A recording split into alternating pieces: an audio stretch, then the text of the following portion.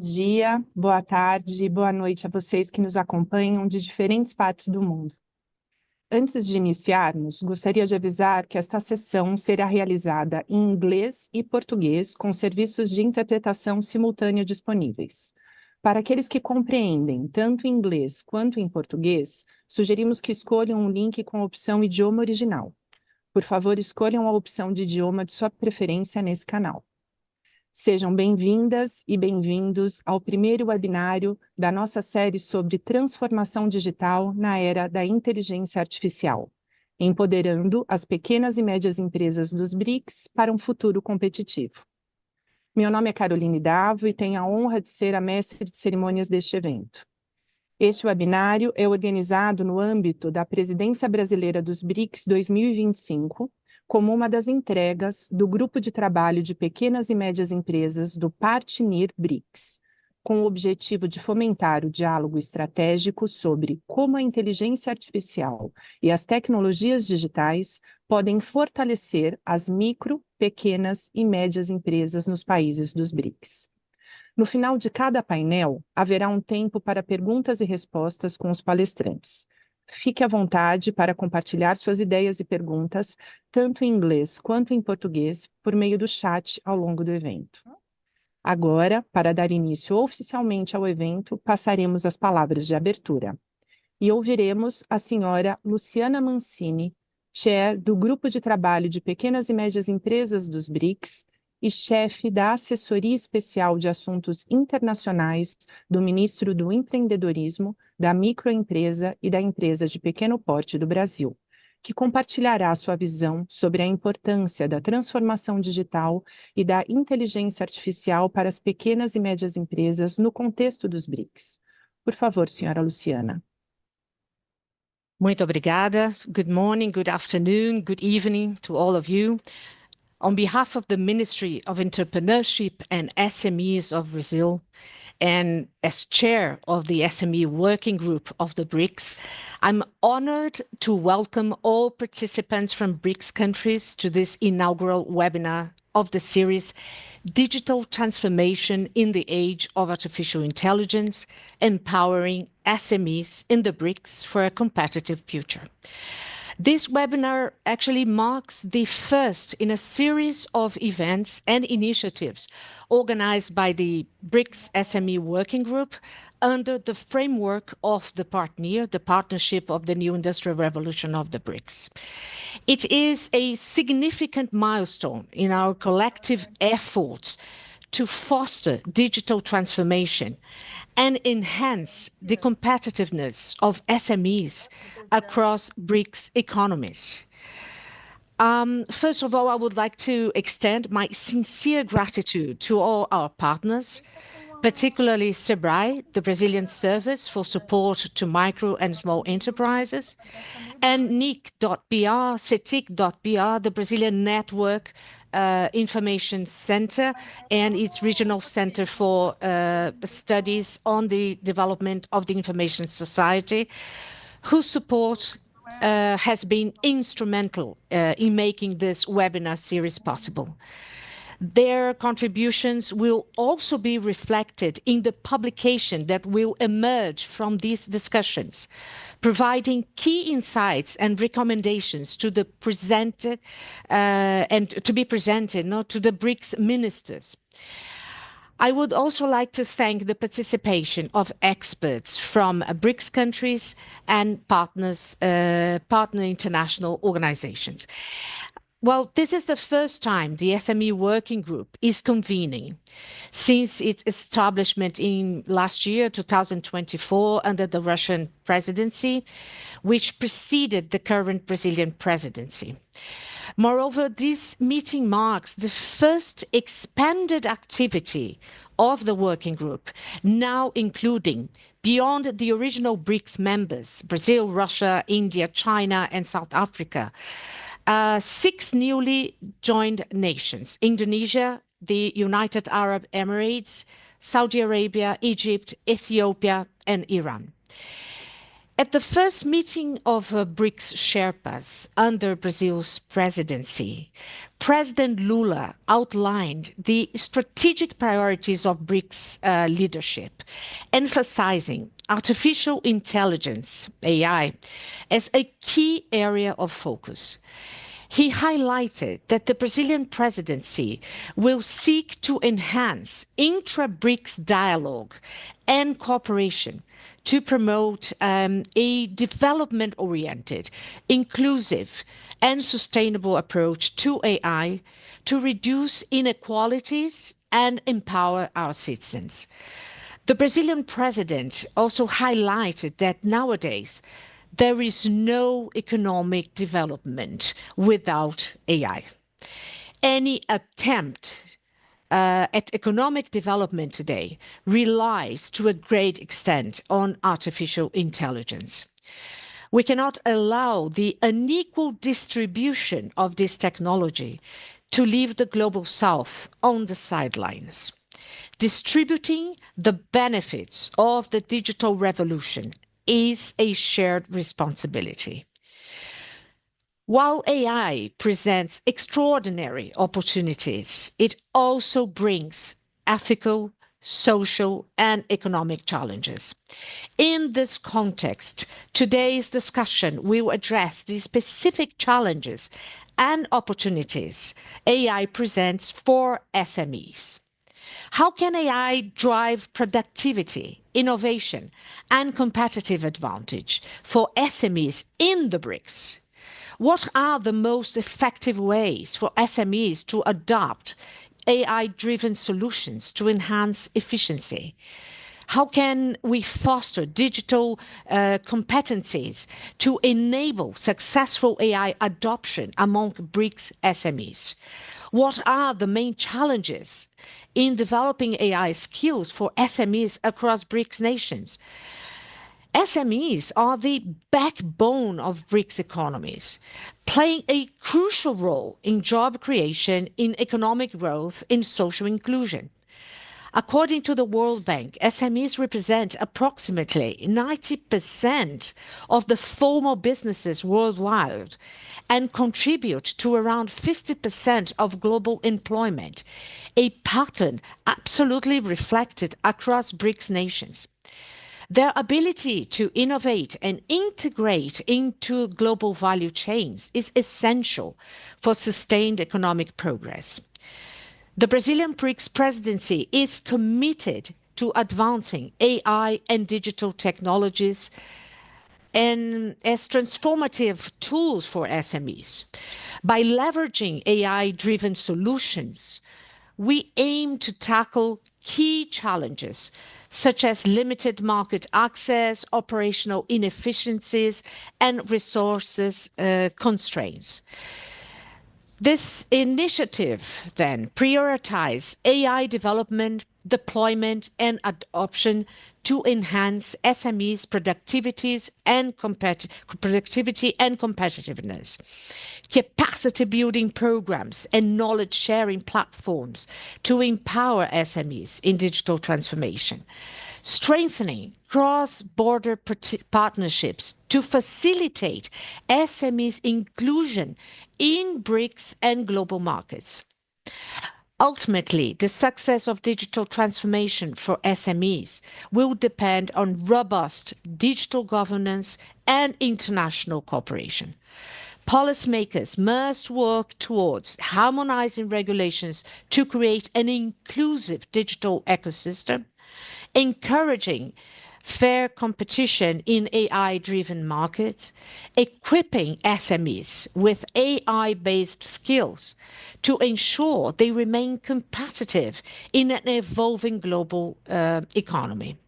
By integrating AI and digital technologies effectively, SMEs can unlock new opportunities, expand market reach, and drive sustainable economic growth. I look forward to today's discussions and the insights that will emerge as we collectively shape a more competitive and digitally empowered future for SMEs across the BRICS nations. Thank you. Por suas palavras. Com essas inspiradoras palavras de abertura, damos agora início ao painel 1, adotando a inteligência artificial para aumentar a produtividade e inovação nas pequenas e médias empresas. Essa discussão abordará como as tecnologias de inteligência artificial impulsionam a inovação, aumentam a competitividade e apoiam as pequenas e médias empresas em sua jornada de transformação digital. Para moderar este painel, damos as boas-vindas a Daniela Vieira, chefe de inteligência artificial no Serviço Brasileiro de Apoio às Micro e Pequenas Empresas, o SEBRAE. Daniela, a palavra é sua. A very warm welcome to our panel, Harnessing AI for Productivity and Innovation in Small and Medium-Sized Enterprises. We are thrilled to have you join us today in what promises to be an enlightening and inspiring session. As we come here, we are reminded of the incredible potential that artificial intelligence and digital transformation offer for small and medium-sized enterprises across the BRICS countries. These technologies are not just tools, we know, but they are powerful drivers for our innovations, growth, and global competitiveness. When utilized for good, digital transformation and AI can significantly help in reducing inequalities. Today, we have the privilege of hearing from some of the brightest minds and leading experts in the field. Our distinguished finalists will share their insights, experience, and strategies for harnessing AI to drive productivity and innovation in SMEs. To begin here with us, we have Valentina Rolo, leads the work of the research team at the International Trade Center. Before joining the ITC, she worked at the World Bank, the International Labour Organization, the UN Trade and Development, and also Organization for Economic Cooperation and Development. We have with us too Dennis Bruno Verissimo, AI and Analytics Manager in Technological Research, IPT, Brazil, and Eugene Osachuk, Director of Artificial Intelligence Department, Digital Economic ANO, Russia, and Clarissa Soares, Coordinator of Innovative Entrepreneurship, Minister of Development, Industry and Commerce of Brazil, Coordinator from Brasil Mais Produtivo Program, a key initiative of Brazilian federal government aiming to increase productivity, improving efficiency, and promoting the digital transformation of small and medium-sized enterprises. And I, Daniela Vieira, the moderator of this panel and head of artificial intelligence at Brazilian Micro and Small Business Support Service, SEBRAE. At SEBRAE, I developed learning intelligence system we call LEAS, a transformative AI platform that provides entrepreneurs with the essential knowledge needed to make informative decisions. LEAS is integrated into various systems at SEBRAE, aiming to enhance productivity for both employees and business alike. With LEAS, we learned a lot, and I would like to share with you a few experience. But with this time, we explore real-world case studies, discuss the challenges and opportunities, and envision the future where digital technologies and AI empower business to reach the new height. Because of that, we encourage you to actively participate and engage with our speakers, addressing your questions using the chat. Your involvement is a key to making our webinar successful. Let's start with real-world case studies about digital technologies. And I will call Valentina. Valentina, in your opinion, how digital technologies enhance productivity, innovation, and competitiveness for small and medium-sized enterprises? With you. Thank you, Daniela. Good morning or good afternoon to all the panelists and attendees. Thank you for this question, which is very relevant and particularly timely in terms of the research work that we're doing at the International Trade Center. In fact, to reply to your question, I will be able to unveil some novel findings from our research, from ITC flagship publication, the SME Competitiveness Outlook, which is actually forthcoming, is not published yet, and this year focuses on the digital transformation of small business, also very, very timely. Now, to understand how small business use digital tools, we launched a survey, the Digital Transformation Survey, that has been actually been conducted for almost 1 year. And we collected data from over 7,000 companies in 78 countries. Based on this data, we constructed the firm-level index that we call the ITC Enterprise Digital Transformation Index. And thanks to this index, we could classify business in different categories according to the sophistication in the use of the digital technology. So from emerging users, so the lower use, to the expert digital users. And I will need these terminologies in the findings that I will unveil. Now, first of all, general result, and that confirms what has been introduced. Digital technologies are very important for productivity. We see that 80% of the firms that use digital technologies increase sales or reduce costs or both of them. So the benefits are ubiquitous. Now, not all the type of companies benefit in the same way. And actually the expert digital users, remember those that adopt technologies intensively, according to the ranking within our index, are 5 times more likely to boost their sales by more than 50%. So not just boosting sales, but by more than 50% compared to emerging users. And the expert digital users are also 12 times more likely to see their costs reduced over 50%. So once again, not just reducing costs, but over 50% compared to the emerging users. So the benefits are clear. But the benefits go beyond productivity efficiency gains. So you will think that actually most companies tend to report or tend to use technologies for communication, for their operations. And indeed, the data confirms that most companies report operational types of benefits or communication types of benefits from the use of digital technologies.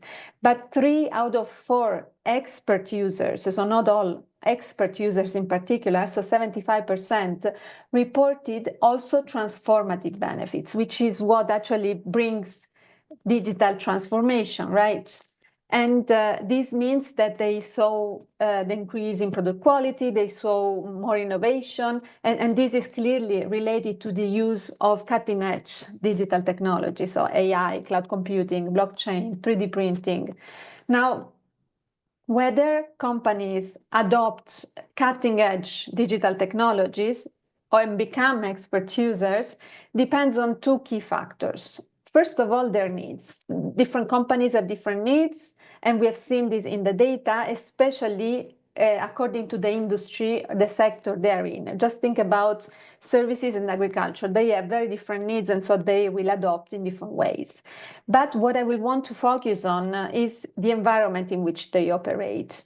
And but to measure this in our work, we borrowed the Network Readiness Index from the Portland Institute. And we found that when countries are ready, so in countries that score high in this Network Readiness Index, 60% of firms are expert users. And this is 3 times more compared to the countries that score low in terms of the Network Readiness Index, so that they are less digitally ready, if you want. And this indicates, of course, that when companies operate in countries where the digital enablers are lacking, so where the environment is not conducive, they struggle. And this is especially true for the most vulnerable groups. So what we see is that in low readiness countries, so those that score low on the NRI, the index that I mentioned, large companies are 2.5 times more likely to be expert users compared to countries in high readiness countries. And we see similar results. So the youth-led business and the women-led business lag behind. So the vulnerable groups are more affected. And what is interesting, though, is that in digitally advanced economies, these gaps, so these differences that I'm mentioning, disappear.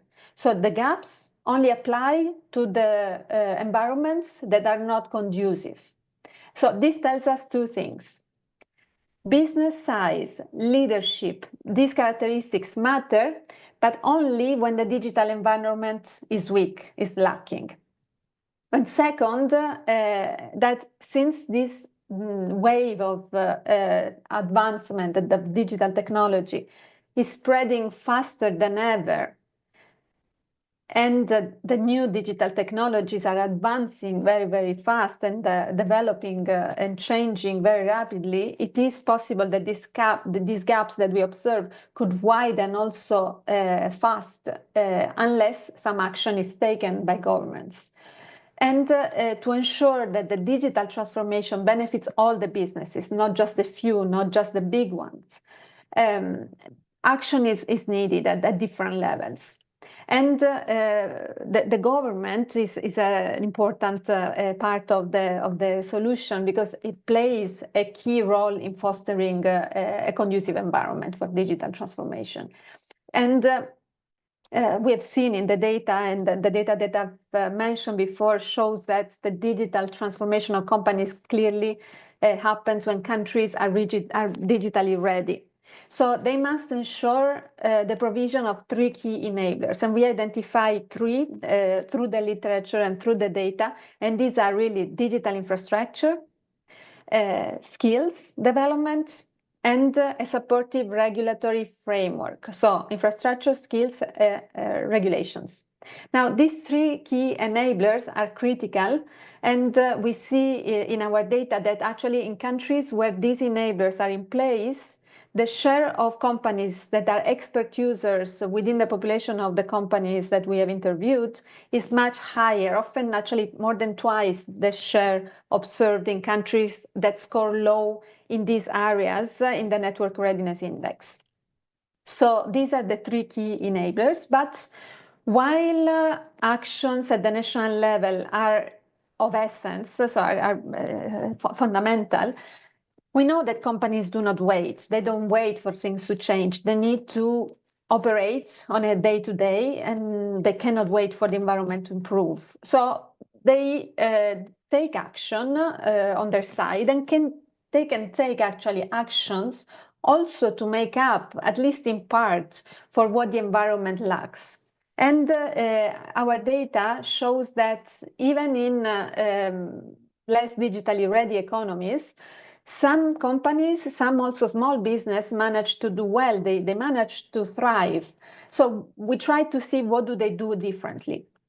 And we identified three key areas where they do well. So they have good financial management, and this can help, especially in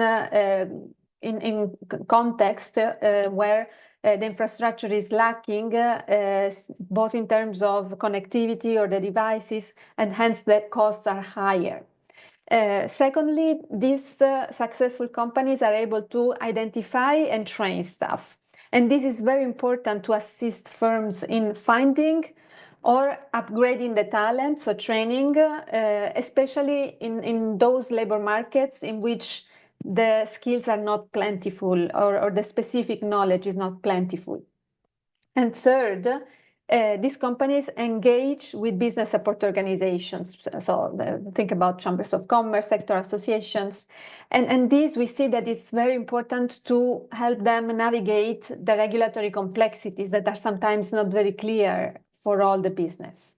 And of course, all these characteristics also make firms more competitive. And we see that more competitive companies are also more likely to be expert users than the least competitive companies. So from the data, we see that even in unconducive digital environments, so those with a low score in the Network Readiness Index, 1 in 4 companies, so 25%, manage to be an expert users, but only if it is highly competitive. Otherwise, for low competitive companies, we are talking about a 5%, so 5 times less. So if we combine the actions that stakeholders should take to support the digital transformation of firms, so that I mentioned before, with the actions that the business themselves can take, we can try to put together an action plan, a digital transformation action plan, a sort of roadmap for policymakers, business support organizations, and companies themselves. And this is actually part of what we're doing right now with the report that I mentioned, the SME Competitiveness Outlook, that we will launch in July at the ITC Ministerial that will take place in South Africa. And what the work that we're doing is aiming at is that by combining national reforms with firm-level strategies, we can ensure, we can aim at ensuring that digital transformation is an opportunity for all SMEs and not just a few select companies. So thank you, Daniela. I'll stop here. Thank you so much, Valentina.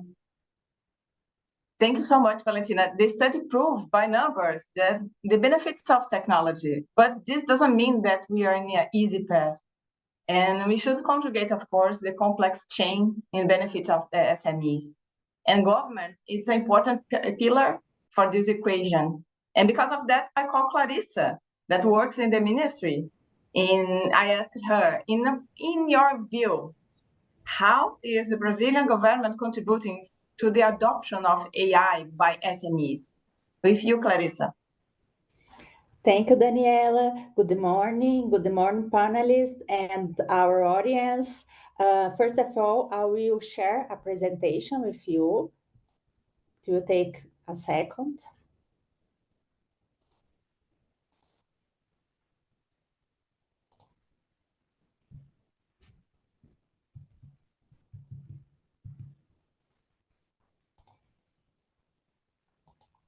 One minute more.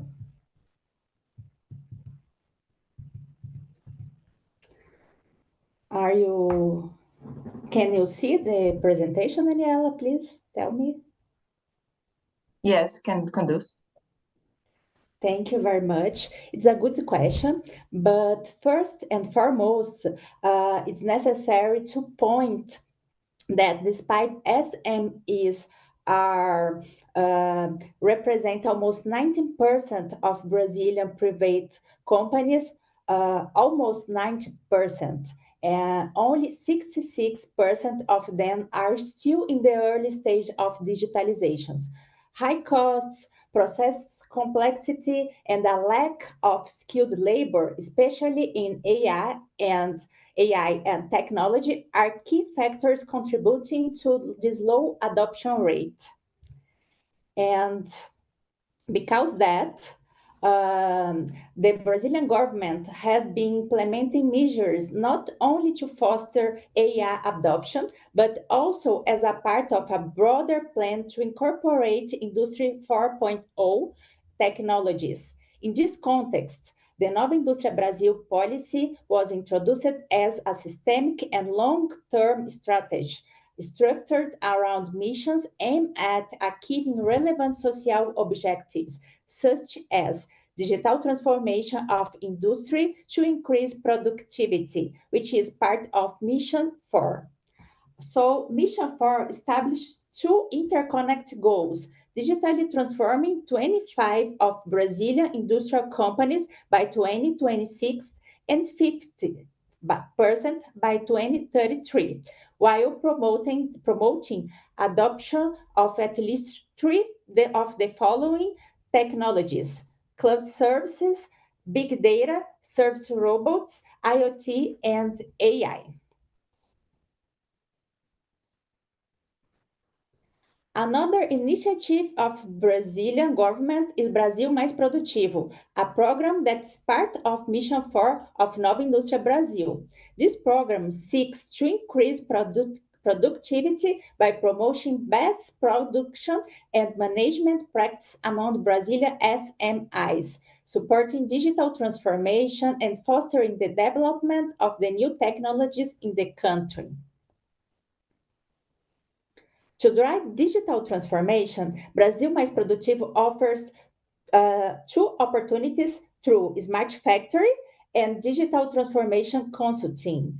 These initiatives can complement each other, with consulting services identifying SMEs needs and guiding them towards Smart Factory, ensuring tailored solutions that align with the demands of the industrial sector.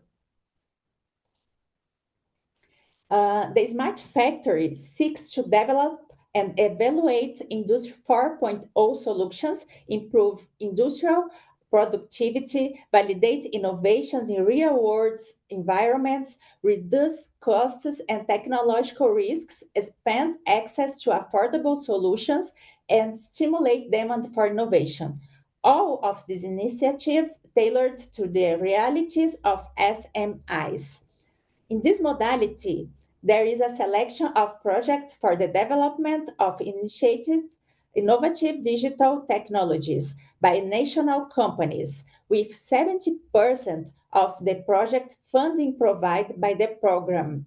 Once developed, these solutions are tested on the product lines of SMEs. The first pilot project of Smart Factory took place in 2022. Since then, there has been a notable increase in the percentage of AI technologies selected, reaching 48% of the projects in 2024, as shown in the graphic.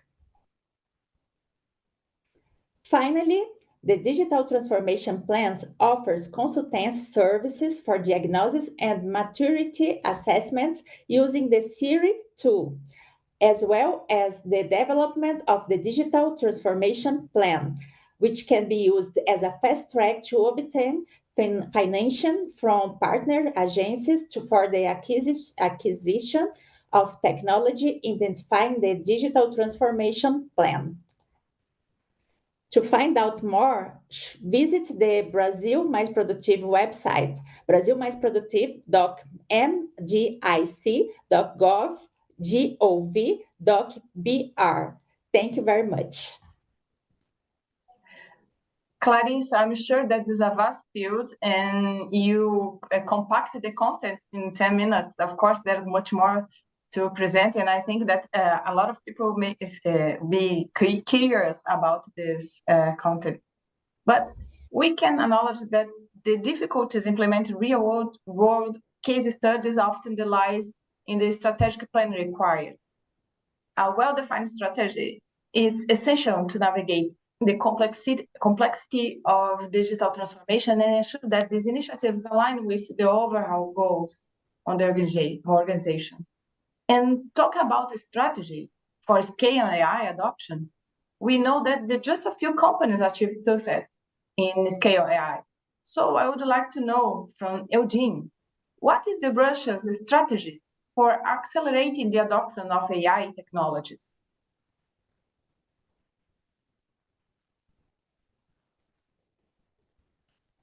Yeah, Daniela, thank you for the invitation and the opportunity to speak today. I represent the Russian organization Digital Economy, which was established by top companies in the digital economy sector in the year 2017. I am the head of the AI development division. The organization I represent is a leading platform for public-private partnership in Russia in the development of digital technologies, including artificial intelligence. The integration of artificial intelligence solutions in the economic sectors and small and medium-sized organizations is an important and timely challenge in Russia. In response to your question, I would like to share Russian approach that have allowed for increased efficiency in the practical application of AI in PMEs.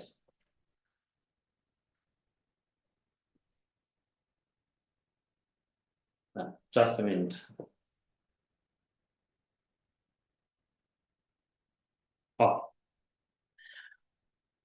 The main approaches can be divided into 4 blocks. First, the focus is on the implementation of AI in specific industries based on the Russian national AI strategy until the year 2030. This includes carry out research in different industries, identifying business models, processes, and tasks, and determining where different types of AI solutions can be applied. Second, it's the approach to identifying the best business practices. They must be AI-based, proven effective based on domestic technologies, and applicable to the industry in which the research was conducted. The third stage is to identify best practices, gather knowledge and views from the key industry players, and then present the best industry practices and the possible innovative approaches. The biggest challenge is the scaling and transfer of best AI cases and practices within industries. To this end, our organization develops industry-specific reports, conducts training and awareness campaigns, and works as a hub for all the stakeholders while offering support in the development of policy recommendations for governments. The next slide presents examples of our industry reports in manufacturing, energy, transportation and logistics, retail, smart city, and other industries. For more information, please visit our website. I would like to give some examples from the field of small and medium-sized enterprises. The application of AI in retail business can increase the sales by 30% through the proper layout of the store. The application of AI technology in product packaging will reduce the cost of production by large margin and at the same time increase the satisfaction of the consumer. The application of AI in smart home systems removes the need to control many settings for different systems and offers the use of technologies that enhance comfort. In my final remarks for my speech, I will provide some recommendation for the continued adaptation of AI for small and medium-sized enterprises in the BRICS countries. First, ensure equality of access to AI technologies and applications across all the BRICS countries. Second, share best practices and establish policies, including on ethical issues. Third, it seeks to address the technology gap and to provide the necessary infrastructure to bridge the gap. Fourth, the BRICS should pay special attention to the specificities of SMEs in the area of AI. Fifth, it's focusing on the identification of good practices and educational activities to support their transfer and development.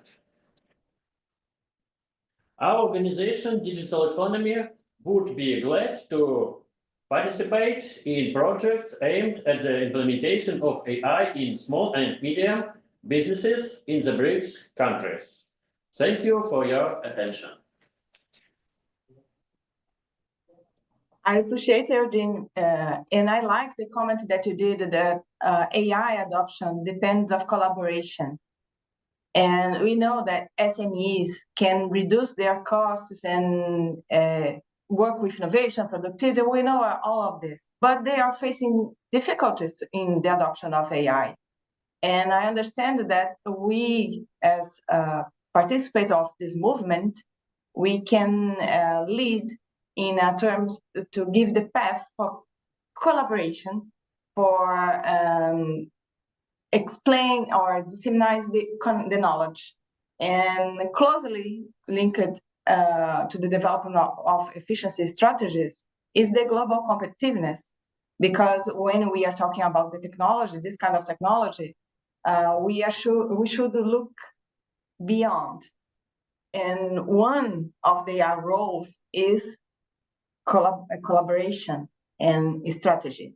Because of that, I would like to know from Dennis, how has AI contributed to increase the global competitiveness? Good morning, good afternoon, good night to everyone. Thank you, Daniela. Thank you to the Ministry of Entrepreneurship for the invitation. That's a great question, Daniela. I'd probably say as much as we never seen before compared to any other modern technology. Definitely, AI is a game changer in global competitiveness. It's not only ChatGPT, but I like to say that it's a GPT, it's a general purpose technology. AI is a general purpose technology and has the potential to contribute to increase the global competitiveness. AI is becoming a baseline competency for competitive businesses, much like the internet adoption was in the early 2000s, but much stronger, of course. Companies that embraced the internet thrived in the globalization back then, and internet is also a general purpose technology. So we can see the same movements occurring here in the adoption and the usage of artificial intelligence.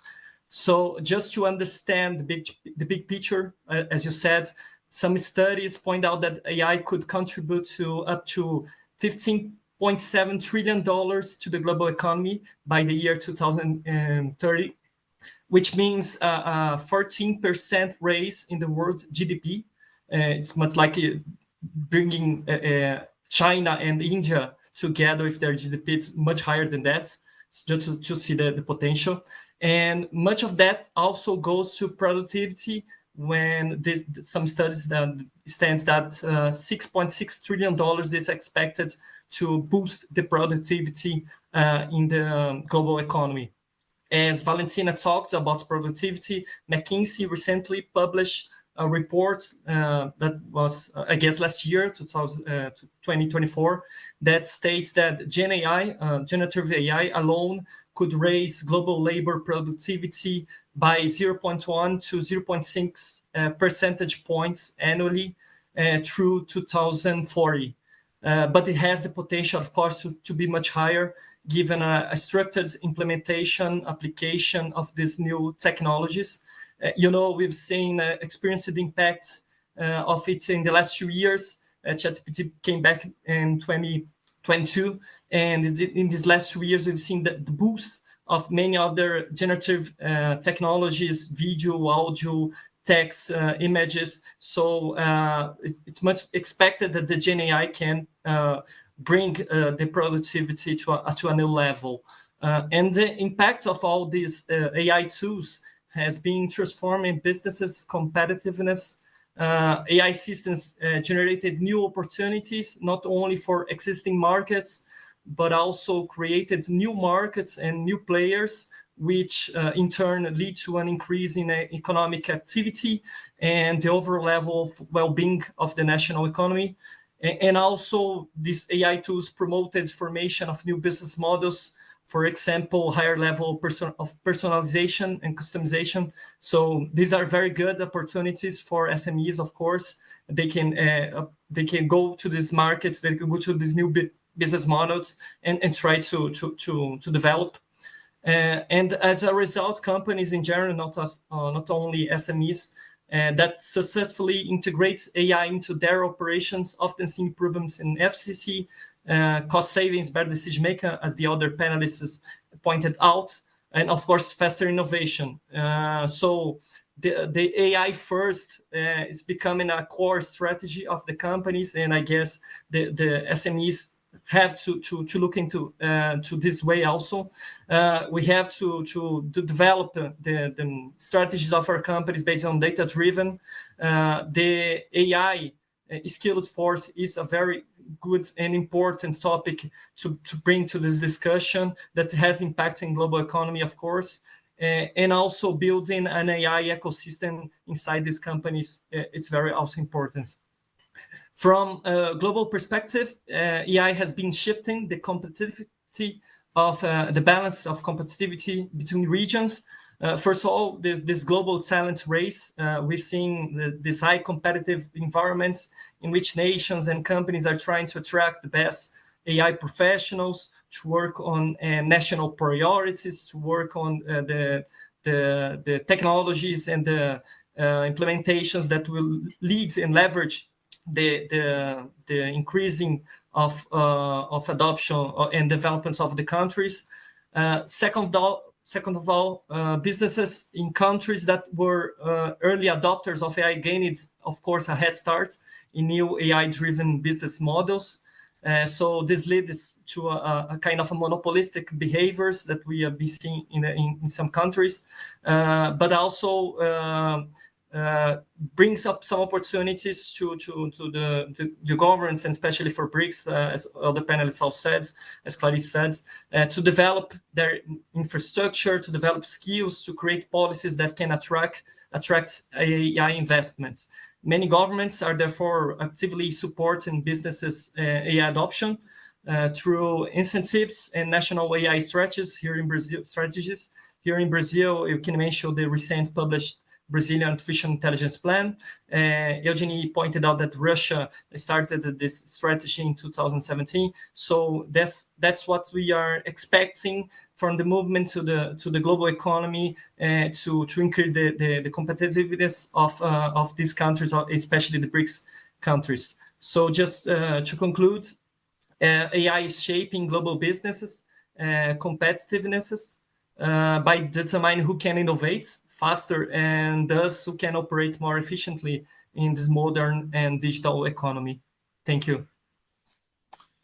Thank you, Dennis. I would like to do an exercise with the public and with you getting a point of your speech. With Liz at SEBRAE, we've learned a lot. And I will try to do the exercise as a timeline. Because the AI algorithms and technology are before 70s.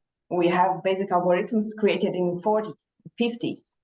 But they are not come to public because we don't have the time, we don't have the infrastructure, we don't have the data, we don't have the systems available to construct all of the technology that we are facing to those days. After 2010, we have the internet, we have the web, and connecting the points, the infrastructure, the data, the systems, and the web, we have available. We are now facing a moment that connecting all these areas, all these resources, we can work with data, we can generate data, we prepare data, and we transform data. And this is the GPT. And this open a Pandora box. The algorithms, as you said, shape a new economy. And this is the timeline that the technologies are constructing. And the companies in 90s, in 2000 were a bit different the moment. They are not connected. They are facing other challenges. But with technology, we can provide them resources to improve their productivity, their innovation, and spread this to the countries. And now we are facing a new big challenge that AI, it's a real resource. It's available now and is shaping a new economy. And the small and medium size enterprises are so important for everybody. A majority in the economy, they create jobs, they sustain families, and this is important for us as a society. And of course, the big ones, the large companies, they have the chance to work with all the technology much easier than the small ones. But the small ones need help. And so far, because of that, I think that everybody here today share their knowledge, conclude that digital transformation and AI are shaping new society. And I could, if you help me, I should summarize in one sentence the main challenge that small and medium-sized companies must solve with digital transformation and AI. For our panelists, if we summarize this concept in one sentence, what will be? Valentina, please. Thank you, Daniela. I mean, it's very difficult to do it in one sentence, but I know that we don't have time. Now, the main challenges SMEs face, which AI can help to solve, I would give 3 points. So they can help to gain access to markets through supply chains, access finance through the technology, and we have seen that already. And also, so this is because AI can streamline lending, optimize the logistics within the value chain, and boost the productivity. And this eventually all make SMEs more competitive. So this will require, I think, coordinated policies, shared infrastructure, and that's fundamental, especially for data centers, and develop the talent that is needed. And I'll close with my sentence. Thank you. Dennis, please. So it's really difficult, as Valentina said, but I would like to focus here on the more traditional SMEs, here especially here in Brazil, that we know. And I think the main challenge is like how to transition to digital economy. These companies, these more traditional companies, enterprises, still struggle to go through this process. And I think we can leverage digital technologies and AI to help them navigate this transition. So you mentioned, Daniela, the Sebrae LIS initiative. So I think this kind of initiatives can help, and AI and digital technologies can help these companies to go through this process. Clarice, in your opinion? It's very hard to point out only one challenge, but I'd say that the main challenge would be low productivity, which, in my opinion, can be improved through the adoption of digital technologies and AI, enable more efficient operations, smart decision maker, and greater innovation. So I think for me, it's low productivity. Eugene? Of course, today's webinar topic is on the importance of AI technologies, but it's crucial to remember that technology should be used for people, not the reverse. As a result, the interaction between people and technology will be a critical part of future development, and proper educational programs should become a practical tool to help people learn how to employ emerging technologies, including artificial intelligence, for the common good. That's all. Thank you so much. Now I think that we have time for a few questions. And I will do the first one from our audience. Renato Fonseca say, hello, what would an AI package be? What does it contain? Thanks. I will I will address these questions for Dennis. Well, if I understood correctly, AI package, so maybe in the sense of the technology overview, the technology viewpoints of the AI package, it encompasses many components I guess we have the technological component with the principle. So we have tools, we have data that is very important to implementing, deploying artificial intelligence solutions.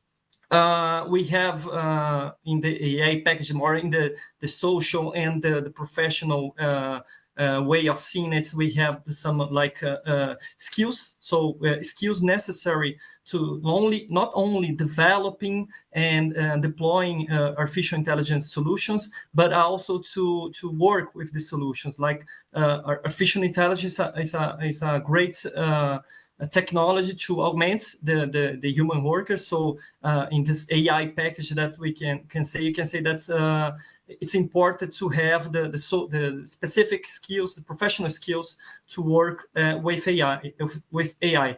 And also, as I mentioned before, the strategy. So the companies need to think in a more strategic way to developing to work with AI. So it's very important to consider when building an AI package, let's call it that, to work and to see and to view in the big picture of the usage of AI in the company. So I think this is the main pillars, the technological components, the social and professional skills, and also the strategy.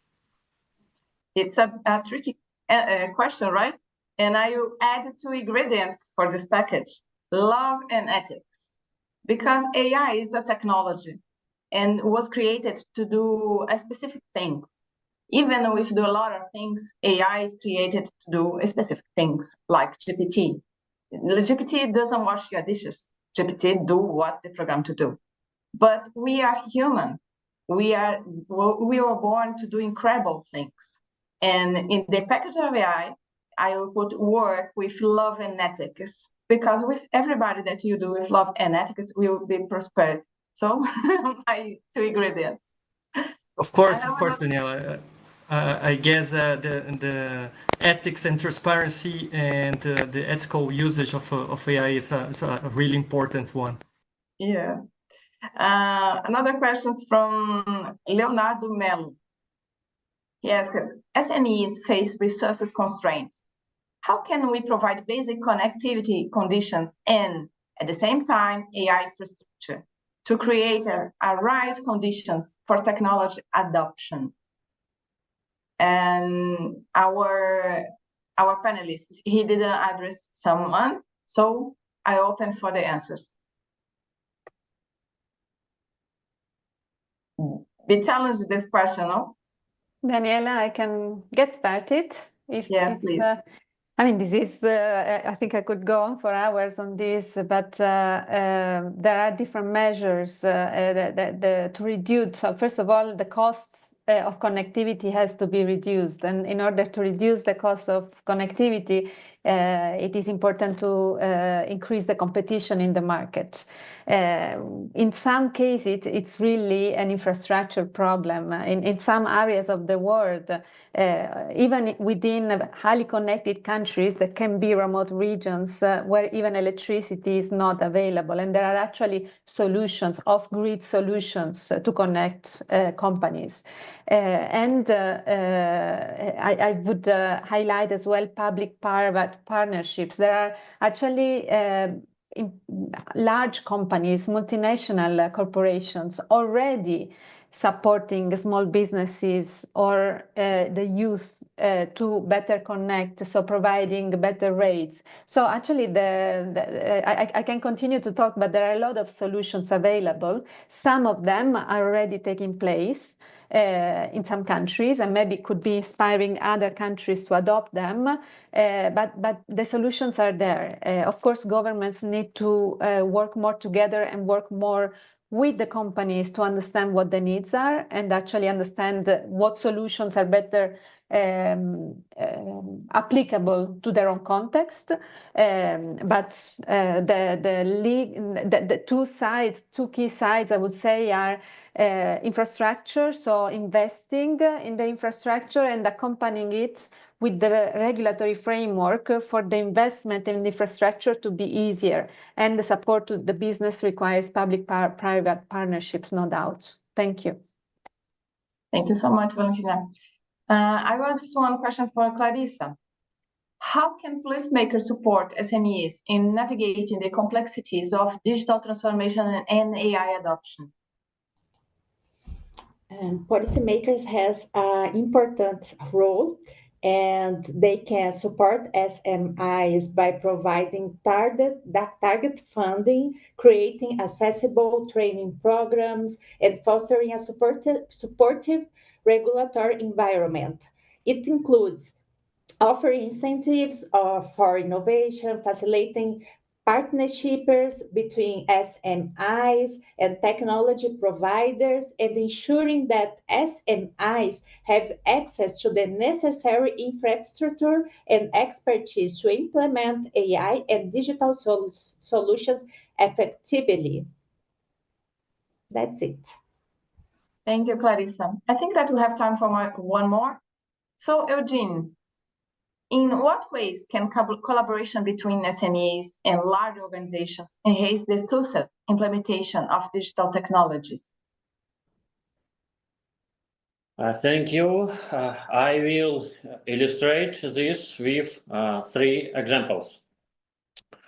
The most typical situation is when big enterprises buy startups and other small businesses in order to incorporate their specific knowledge, including people and their skills. In this case, small companies join larger environments that enable them to develop faster by taking advantage of the resources of the group of companies. The second approach is about building a value chain. For large companies, it makes one sense to create everything on their own. It's much easier for them to use the existing solutions from the companies that are specialized in some area. For example, using AI for particular tasks in the field of medicine.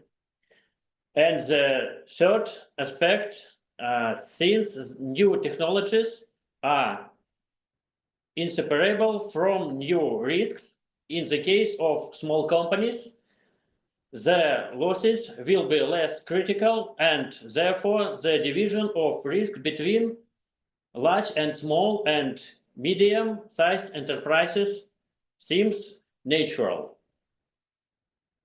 That's all. Thanks so much, Eugene. Unfortunately, we don't have that much time. And I think that this insight shared today underscore the transformative impact of digital technologies and AI. And of course, we delve deeper into the role of technology in promoting innovative entrepreneurship. Embracing these advantages will pave the way for more dynamic and competitive business landscape. Through the collaboration and networking, we can create a more equitable society that benefits all. That's what I believe. For me, it's a pleasure to be with you today, and I hope that we share ideas that will support the audience from SMEs in their journey.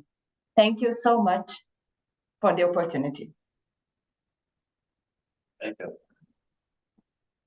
Agradecemos aos painelistas por esse debate enriquecedor, bem como a senhora Daniela pela impecável moderação do painel. Agora, passamos para o painel 2,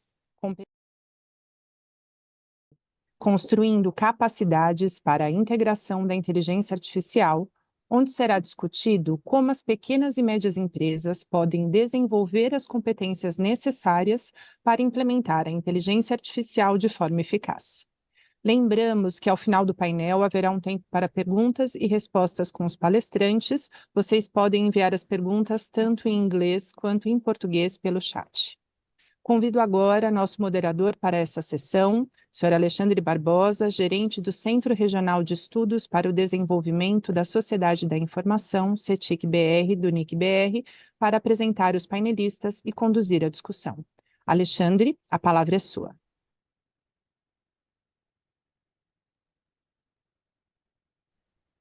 Good morning, good afternoon, good evening, everyone, and welcome to our second panel of this webinar.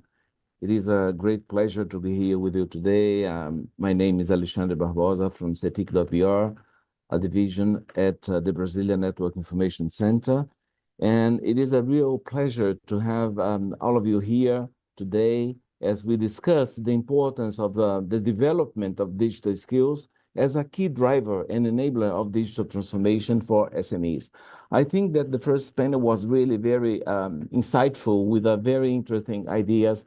And this topic of digital skills was already addressed by some speakers.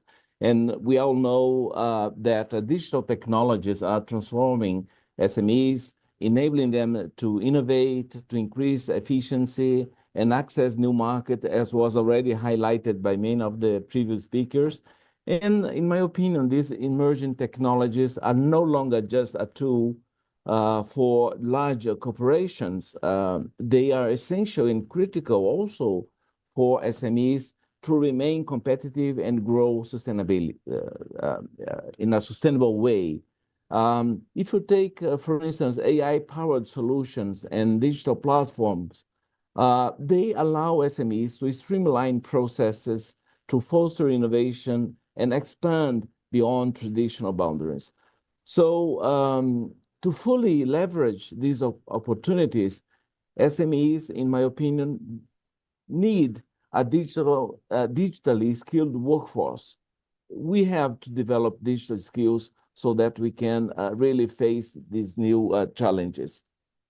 And the ability to adopt, learn, and integrate these technologies became a critical factor to ensuring long-term success.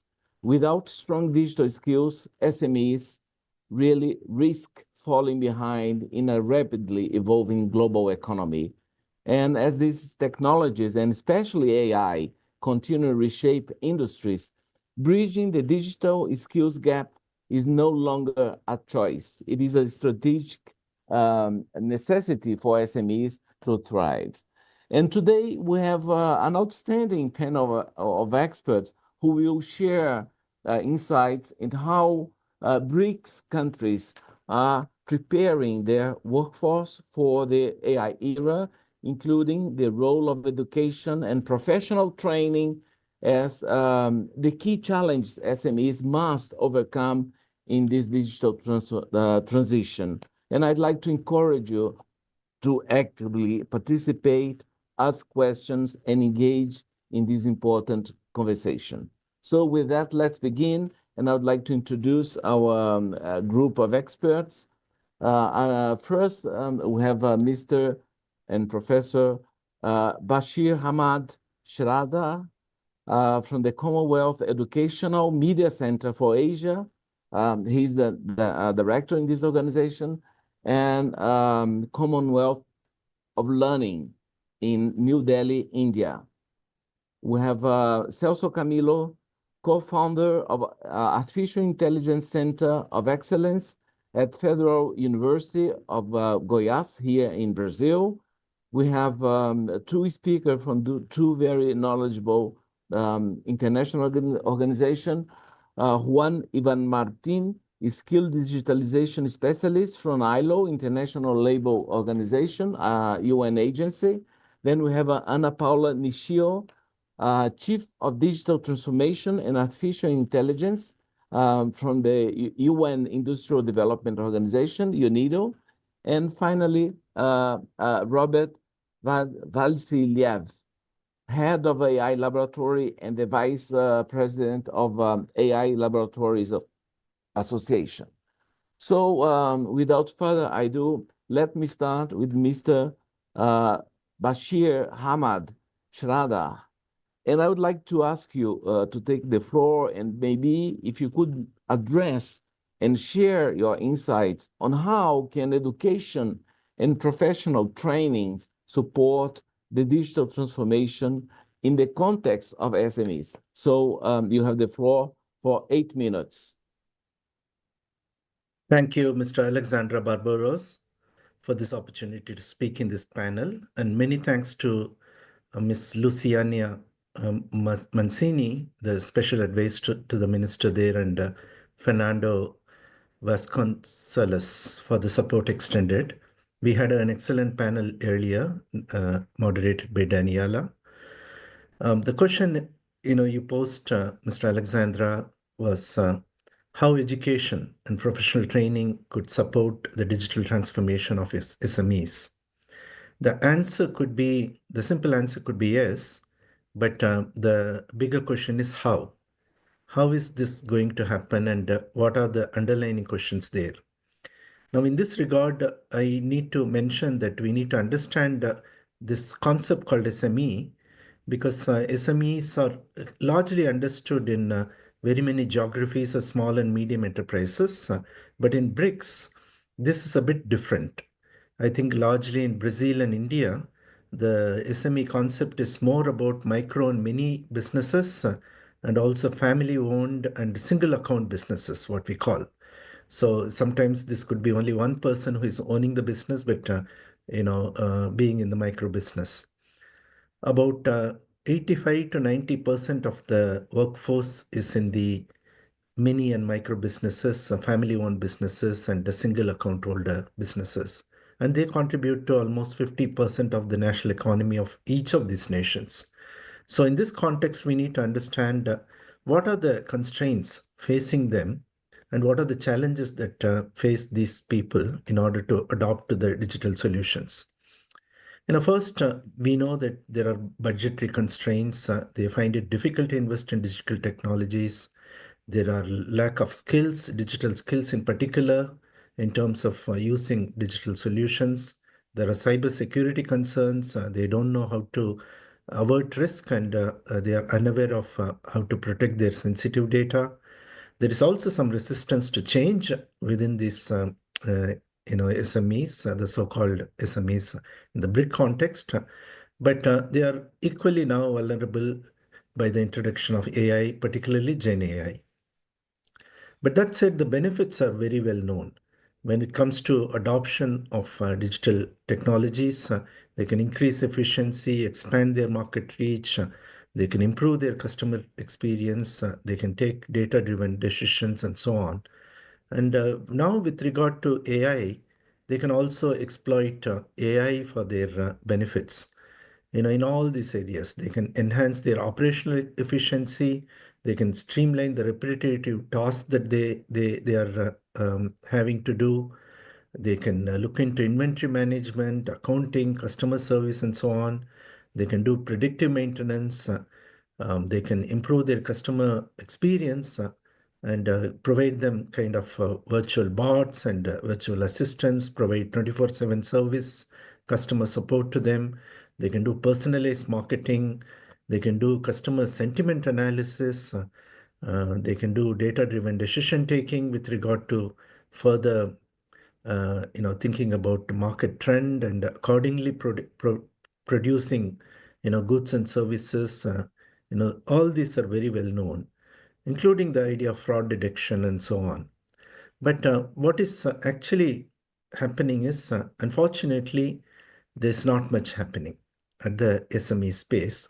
Although in certain pockets and certain sectors within the SMEs, there is some adoption, but there is not much happening in terms of the real penetration. And in a country like India, although agriculture sector is the largest informal sector in the SME, there is not much of AI penetration as of now, but sooner than later we are going to see this happen. Governments have to really pull up their socks and come together and provide solutions, be it infrastructure development, be it skill development, be it ensuring that there are systems put in place for data privacy and security, and the government could come up with the adoption related incentives and funding and regulatory frameworks for SMEs. They could collaborate as BRIC nations to do AI research and converge their tools and share knowledge and resources. There's a lot the government could do. Now, the Indian government has put out three things: the AI mission, India AI mission. The second one is the public digital infrastructure, which all of us are very familiar about. And the third one is actually doing skilling through the skill sector councils. So these three exemplars are very helpful and important for the BRIC nations to emulate and take home. Maybe through cooperation, the public digital infrastructure could be shared. The AI mission, the various pillars of AI mission could be looked into, and also the model of skilling and education. In this particular aspect, in partnership with the Government of India, my own organization, SEMCA, has put out a variety of things in terms of providing education and skilling opportunities for the mini and micro family business enterprises, in terms of providing financial literacy, digital literacy, tools to thrive in business, knowledge-intensive courses in agriculture. In a variety of micro sectors, we have put out courses, including bamboo furniture making. We are looking at blended learning techniques and the use of mobile phones in particular, in terms of how this could be harnessed for learning and education. And we are also working with large number of universities, particularly the open universities and open schooling system, to train and help the farmers and the informal sector workers in the manufacturing sector, in the automotive sector, and others who own a large number of businesses in our country, in order to bring them to the lifelong learning processes. Now, universities could introduce some of the courses that we have come up with. We have actually come up with an AI literacy course for informal sector workers, taking in mind that the range of efficient mechanisms can be brought into place in their practice by way of using AI and exploiting AI in their daily life. So to begin with, we have put out a course for the farmers where the basic introduction of AI, how AI impacts their everyday life, and what are the generic Gen AI tools that are there at their disposal, how AI tools can help them in farming, data collection, farm management, market analysis, prediction, and so on. But more importantly, ethical and responsible use of AI and also hands-on use of AI tools. And now we have introduced this course through public universities, open university ecosystem, to tens and thousands of farmers who are accessing this course and thus becoming lifelong learners in the long run, because the universities are also trained by my organization in developing qualification packs and skills qualifications, so that the formal system can lend itself its support to help the informal sector workers to pursue their education. I stop here at this point in time, but I can mention that there are lots of exemplars in our countries where we can share and learn from each other. Thank you, Mr. Barbosa.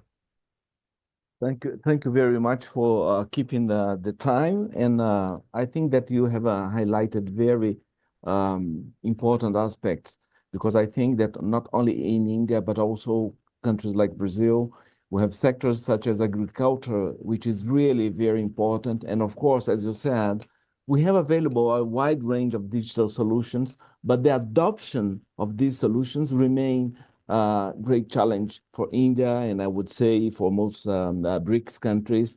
And of course, you have highlighted the importance of having proper policies to address all these challenges. And DPI, digital skills development, education is really key. And just wanted to agree with you that cooperation is really key in this process. Okay, thank you so very much. I think that we are going to have more opportunity to come back to you. Now, let me turn to Professor Celso Camilo and ask him, from his perspective in Brazil, what type of training programs could best support SME workers in developing digital skills for AI integration. So, Celso, you have the floor for 8 minutes. Thank you. Thank you. Thank you for inviting me. It's a pleasure to be here and share some experience that we have here in Brazil. Let's talk a little bit about digital skills, right? So what we mean about digital skills. I think that maybe we can select some of them to give us some examples, but like literacy, right? So how we can create literacy on SMEs, how we can change the culture of SMEs, shift to digital culture, right? So I always say that digital transformation is more about transformation than digital, because you have to change the mind of the people. You have to change the process inside the SME companies. So it's more about the change, about the culture, than actually about the products, right? Digital products. So I think that the first skill is more about understand the importance of this new culture, right? Understand the benefits of this new culture, because every time that you change the SMEs, you change the people, will cause some kind of pain. So the people don't like pain.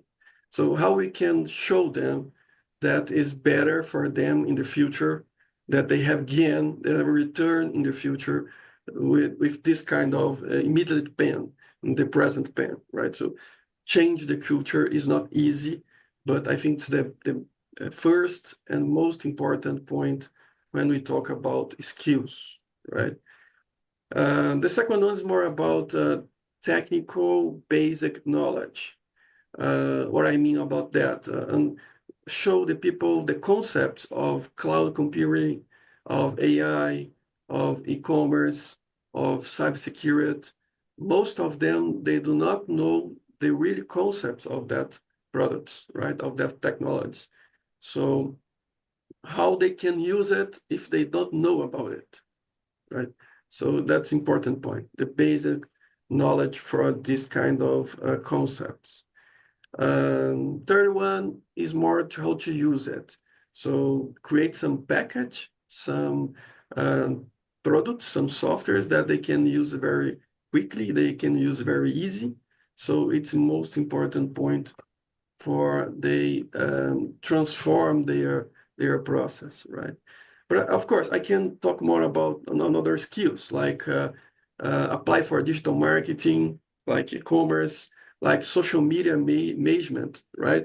So nowadays we know that social media is a great channel for sales, so for branding.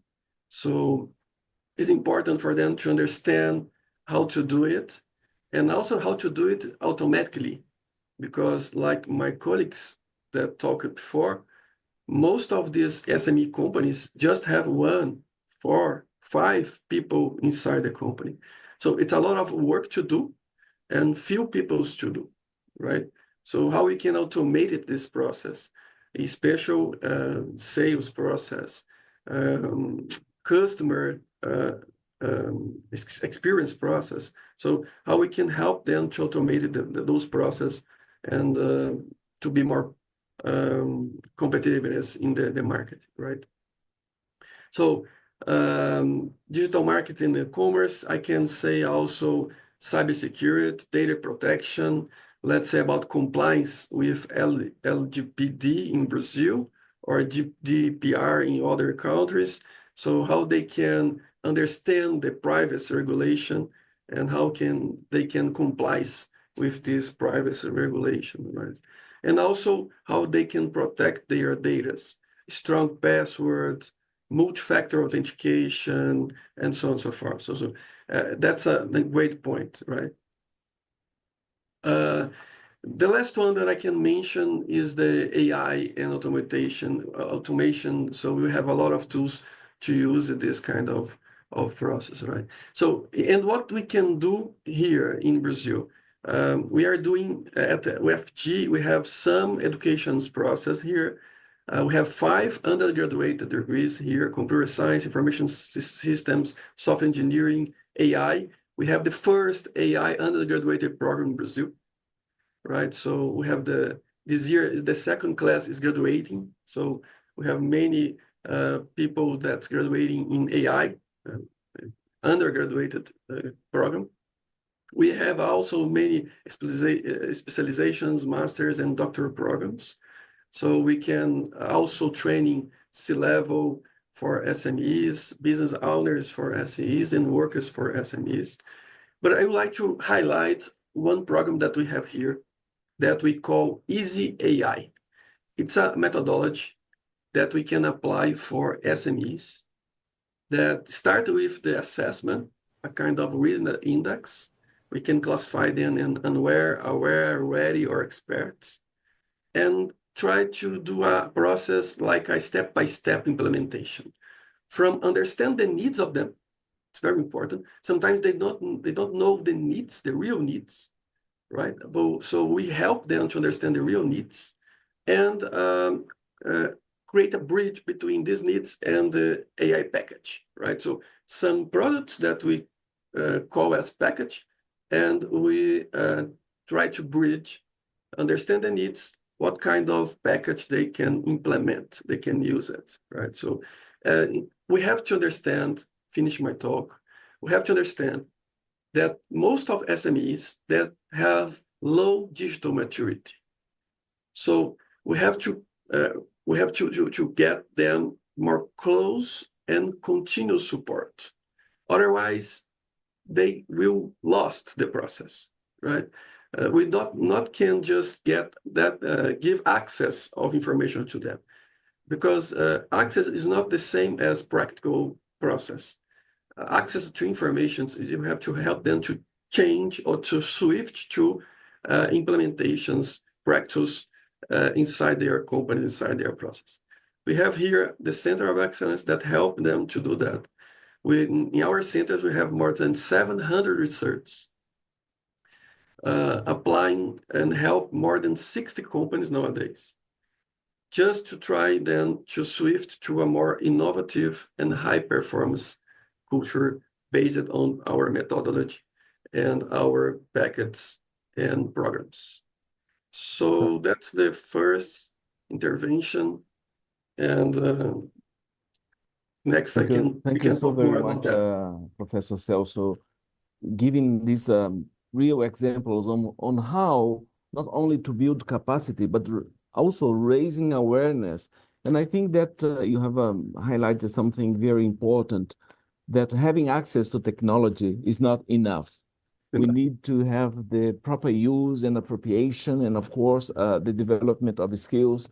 And this Easy AI tool that you have mentioned, being a step-by-step implementation program, is really very important.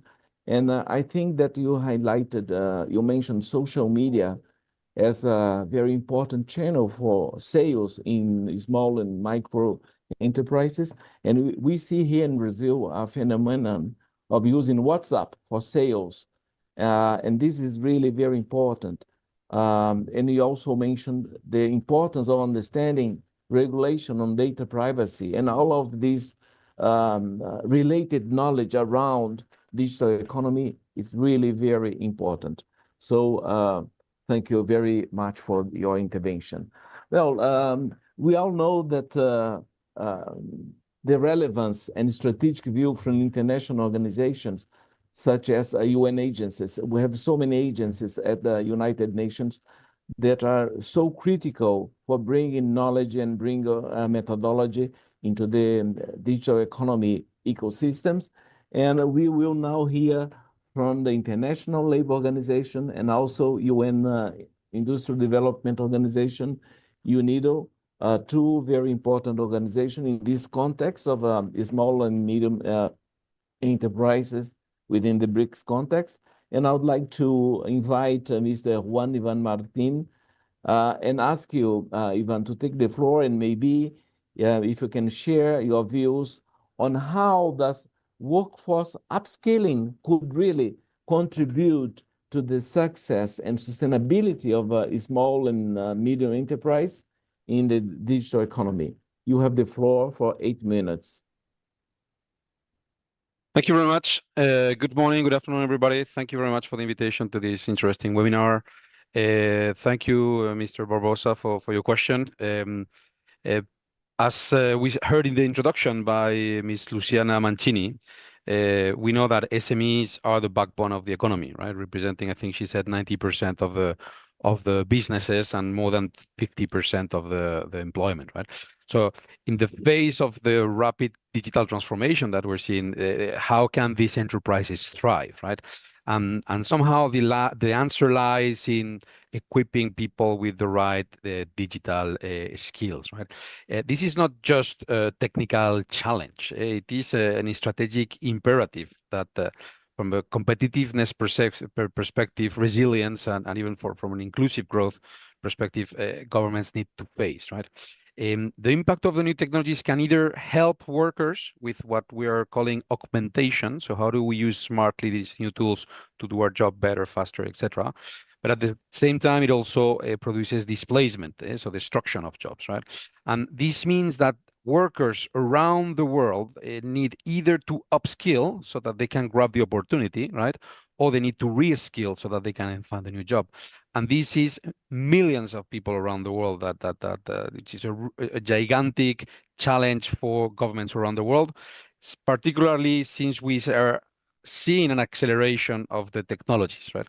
So how do you keep these millions of people up to date so that they can continue doing their job better or finding new jobs? As our Director General, Mr. Gilbert Ungbo, said, digitalization is transforming the world of work, and there is urgent need for action to equip workers with the skills to benefit from these challenges. If we fail to do so, barriers to employment will widen, talent will be wasted, and businesses, especially in this case SMEs, will be held back.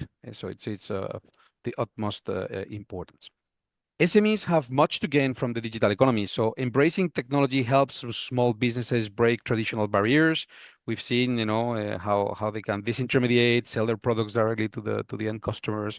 They can access wider markets. They can improve efficiencies. They can innovate faster, right? So definitely there is a big correlation between the adoption of technologies and the benefits for SMEs. Emerging technologies from cloud computing to, of course, one of the latest and more famous AI-driven analytics and large language models, they offer SMEs with unprecedented opportunities to boost their productivity. But also, seizing these opportunities is not automatic. It requires having the skills, right? And I think many of our colleagues also, and before Valentina Rollo in the previous mentioned that. So connectivity and technology needs to be paired with skills, but also needs to be paired with having the proper policies, right? So if you don't have the three elements, the model can go so far, right? Yet SMEs, they face very specific challenges on the digital journey. So, for example, one of the major hurdles is in the digital divide, right? And now we are also assuming what is being called the AI divide, right? Which I have not yet seen numbers. So the digital divide, ITU has put the number around 3.6 billion people that do not have access. I have not yet seen the number for AI divide, but it will be much larger than the first one, right? Many of these developing regions where the SMEs struggle with the connectivity, that is a big issue to address, right? The second issue that we're hearing from SMEs is the lack of time. So they don't have like large companies, a lot of people, staff that can take away hours or days of their time to go and skill, etc., right? Because it puts at risk their businesses. So having the time to liberate their employees so that they can upskill is also a big risk or luxury, as they may say. From a workforce upskilling perspective, for us, it's important, no, that teaching people in the latest software, in the latest technologies, is what we call at ILO the lifelong learning, right? This is something that is important, and from a government standpoint, they need to introduce the proper measures, but also to create the proper culture. This is not going away. If anything, we're going to be seeing more and more disruption from more and more technologies. And governments and we as citizens and workers, we will need to learn, so a basic skill is the capacity of learning, right? The and adapting, and not, you're not just going to become a whatever engineer, a carpenter, and go without throughout all your life. most probably you will be needing to acquire new skills. If not, you will lose competitivity. Other people will do the same thing as you, faster, cheaper, safer, etc. So you need always to get into this, right? Also from the ILO, we advocate for what we call a human-centered approach, right? So for us, it's very important that the human stays at the center. AI has great opportunities, but also great risks. I think from a let's say ethical perspective, some boundaries need to be fixed. Today, most of us, and this is a generalization, we are already equipped to do our jobs, and we use these technologies smartly to do things faster and etc. Right? But fast forward 20 years. So what will happen with the younger generations that have never learned through the pain of learning, you know, that going to the library, finding the information, writing a white paper, rewriting, etc. If you just copy and paste what the computer says, then what happens? What type of society are we going to build 20 years down the road? And I think this is a fundamental part of the puzzle, not only productivity and return on the investment, but also what type of societies we're going to have, right? There is a number of success stories. So we have a couple that I could share. In India, for example, where, you know, there is this very ambitious Digital India initiative. They have this very large platform called NSDC, and they started this program in 2017-18, and they reached like 10 or 12 million people. And then in the last couple of years, they reached 75 million people. So very massive models, very interesting. Similar so in China, no? China has also put together a number of initiatives to train people and training institutions, so train the trainers kind of programs, so that they build up their capacity on what is AI, how can it be used in a number of things, TVET or more advanced curriculum. Just jumping into what I think is important from a policy and a strategic recommendations. First of all, digital training needs to be accessible and inclusive. And this is a responsibility from governments, training institutions to try to reduce this digital and /AI divide. Secondly, there need to be public-private partnerships. This has been demonstrated several times that it is the way forward. It is very difficult without this type of partnerships to cope with the capacity and with the fast speed, as I was saying before, of the thing. And also thirdly, it is important to integrate these digital skills with the national development agendas. So digital skills development should be a policy priority, and policymakers in the countries need to develop them, specifically with their strategic targets in their country. They need to not copy and paste it from others, but they need to adapt it, right? And this can be translated into actions, like could be having SMEs that have digital transformation strategies and incentives to have investment and financing, etc., so that this is feasible, right? Just jumping to my conclusions before I run out of the time. For me, the digital economy is here to stay. So it is important that this is not just this wave coming, other waves will come. So continuous workforce upskilling is the foundation of the success for sustainability. We say at the ILO, there is something worse for a worker than being unemployed, is to become unemployable. And this is important to keep in mind for our constituents as they develop the policies of the future. Thank you very much. Muito obrigado. Thank you. Muchas gracias. You have mentioned so many important aspects, and I think that the digital skills and the new requirements for the workforce that is in the digital economy, this is at the heart of ILO's concern, and of course, ILO is a key actor in this context. I really like when you said that working force skilling, upskilling requires proper policies to address this digital divide in a new concept. And I would here mention this new concept that many UN agencies are working now with it, like ITU, which is the meaningful connectivity. That's not only the fact to be connected and having access to technology. We need to include new dimensions such as digital skills or having multiple devices, good infrastructure. So this is really very important. And finally, you mentioned a very key aspect of a human-centered approach in which you have this ethical perspective This is really very important. And thank you also for sharing the successful implementation cases of training in India and China. This is really very important. Thank you so very much. And we'll be back with you in a second. Well, let me turn to Ana Paula and ask the same question as I did to Juan. And Ana Paula, from a UNIDO perspective, and maybe I would ask you to illustrate with some example of AI-driven workforce development initiatives focused on digital skills. And again, UNIDO is a key actor in this global ecosystem. And I know that you have many initiatives targeting the BRICS countries. So if you can share a little bit of your work at UNIDO with us. Thank you. You have the floor for 8 minutes. Obrigada, Alexandre. And now in English.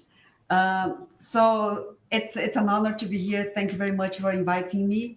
But first, UNIDO is not one of the better known UN entities. So just a little bit on UNIDO itself. So we are the United Nations Industrial Development Organization. We are a specialized UN agency, and we have a unique mandate to promote, dynamize, and accelerate industrial development. And by industrial, we mean the productive sector, the entire productive sector, including the digital economy. So our mission is rooted in Sustainable Development Goal 9, resilient infrastructure, inclusive and sustainable industrialization, foster innovation. But our activities contribute to all sustainable development goals because everything is interlinked. So our mandate is called ISID, Inclusive and Sustainable Industrial Development. And of course, our vision is a world without poverty and hunger, where industry drives low-emission economies, improves living standards, and preserves the environment for future generations, leaving no one behind. And we provide our 173 member states through our 4 key functions or services: technical cooperation, policy and research, action-oriented, normative work, convenient partnerships. So now I'll get to the question. Digital transformation, artificial intelligence are no longer optional. No, they are central to competitiveness, resilience, and economic progress, particularly for MSMEs. So you need to help countries harness technologies, drive innovation, and create economic opportunities through these efforts, ensuring that industrial development serves people, prosperity, and the planet. We believe that technology alone does not drive progress. People do. So back to the human-centric approach. MSMEs in particular risk being left behind in the AI-driven economy without developing digital skills, which can be, as it was mentioned before, can be technical, but can be simple, the use of technologies or products that are already packaged, and even the mindset, the notion of being a continuous learner, that technology will change in an accelerated pace from now on, and that we need to be constantly adapting and learning. This is a big shift in people's mindsets. So MSMEs are obviously the backbone of BRICS economies, and they often face many difficulties, and lack of digital skills is on the top of those hurdles that prevents many technologies linked to the fourth industrial revolutions. And it's not just AI. AI is just from the point of view, for example, of smart manufacturing, and which is mostly cyber physical systems, AI is the ghost in the machine. So, but we need to talk about advanced robotics. We need to talk about all the data-driven technologies. So without workforce development, it will remain out of reach and will limit their productivity, innovation, and competitiveness. They will be left behind. And MSMEs are core to UNIDO's work, in particular in all contexts, in all our services. So, and we normally work with 3 levels. So at macro level, national and sectoral strategies and policies, and our contribution to global policy. And so we contribute to STEAM fora such as BRICS and G20. We contributed in drafting and are now actively implementing the Global Digital Compact that was endorsed in September last year. And with UNCTAD, we co-lead Objective 2, expand inclusion in and benefits from the digital economy for all. And I want to mention the first commitment of this objective. We commit by 2032, foster an open, fair, inclusive, and non-discriminatory digital environment for all that enables micro, small, and medium-sized enterprises to access and compete in the digital economy, SDG 9. And that's the first of objective 2. So, of course, MSMEs should be front and center in all these discussions. So at the meso level, we work a lot on creating and strengthening institutions. So MSMEs need an environment that enables them to acquire skills, partner, finance investments, and innovate. So our work is very much focused on innovation hubs. We have smart factory labs. And I'll give one example. For example, that it goes from our convening mechanism, one of our convening mechanisms, the Global Alliance on AI for Industry and Manufacturing, that we call InGlobal for short, that is already has members from all sectors and from 40 plus countries. And our first center of excellence was launched last year in a BRIC country, China, specifically Shanghai. So we are now working on operationalization of this center of excellence. And last but not least, at the micro level, which is at UNIDO firm level. And we have many programs that leverage multi-stakeholder partnership for MSME upskilling. So my example is also from India. Digital skilling programs. We partner with local university and technology firms to deliver AI, data analytics, blockchain training for a small business. We have a very extensive portfolio of digital skills, and we work with lifelong learning. For example, we partner with HP Life. I contributed to the AI for beginners in HP Life, for example. We also create our own trainings, and sometimes it's something really simple. Like last year, we were doing AI, Industry 4.0, and digitalization for SMEs in Brazil with Sebrae, and in Portuguese, actually, because a lot of Lusophone countries came. And sometimes it's very simple. It's about just awareness. Did you know that you could use this? So you're in Brazil, you sell via WhatsApp. Did you know that you can buy a bot that will sell for you 24/7? Sometimes awareness goes a long way in the context of SMEs, because in many value chains, they will not be developing AI. They will be using tools that use AI and with that gain competitiveness.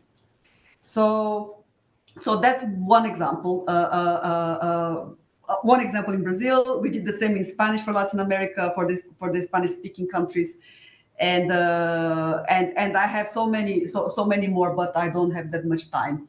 So, in short, final thoughts: for BRICS SMEs to thrive in the AI area, we must act collectively. Government must invest in digital education at all levels, fundamental, vocational, higher education, and lifelong learning. Private sector players must offer mentorships and infrastructure, and international organizations like UNIDO can facilitate knowledge sharing and promote capacity building and actually execute projects in capacity building. So by working together, we can ensure that SMEs are not just adapting to the digital transformation, but leading it. So thank you. Thank you very much, Ana Paula, for these insightful examples from the UNIDO. As you said, UNIDO is not the most known UN agents, but along with other more specialized agents such as UNCTAD and ITU, UNIDO is really important in terms of innovation, hubs, technical cooperation, and policy development. And you have said something that is really important. Industrial development goes beyond industry itself to include the whole digital economy. And of course, as we know, it was already mentioned by many speakers, SME plays a very important role in the digital economy. It's a large proportion of not only in terms of companies, but also the large proportion of employment. So this is very important. And you also mentioned that the lack of digital skills may increase the digital gap, and digital training, vocational capacity building is really very important and requires cooperation between different stakeholders. So thank you so very much for this insightful talking.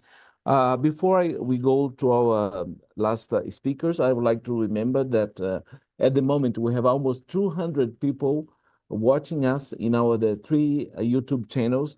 So I ask all of you that are watching this webinar to make questions. You can write in the YouTube chat, and I can address them to our speakers. So now, last but not least, let me invite Mr. Robert Vasiliev from Russia, and maybe it is we heard from India, from Brazil. So it would be really interesting to see Russia's perspective on this issue. And if you could maybe share with us, Robert, your views on the main challenge BRICS countries are facing in preparing SMEs, and also, of course, the most importantly, their workforce for AI adoption and use, and how they can be addressed. So you have the floor for 8 minutes. Robert, that's your turn. Yes, I'm ready. Thank you. I will share the screen because I'm preparing some presentation for my words. So wait a minute.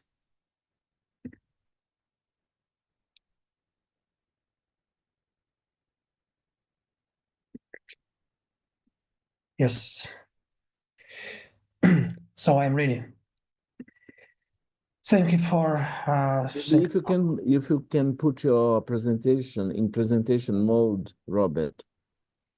Yes, I am in presentation mode. Okay, go ahead. Okay. Everything is okay? Yeah, it's perfect. Great. I will start. So, distinguished colleagues and guests, I'm Robert Vasiliev, Deputy Director of the Artificial Intelligence Laboratory Association from Russia.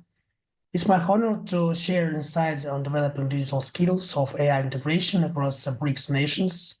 Today, I will discuss how our experience in Russia might offer valuable perspective for our partners in other countries.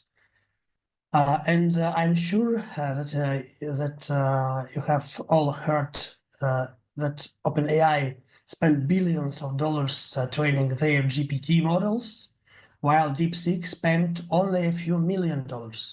In Russia, when we read this news, everything asked, oh, why so much? About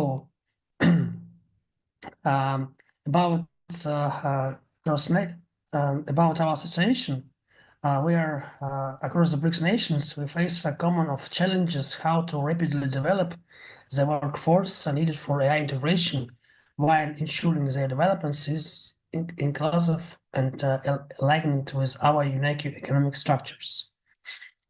In Russia, through our artificial intelligence laboratory association, we are united over 230 research teams and universities laboratories is focused on AI development.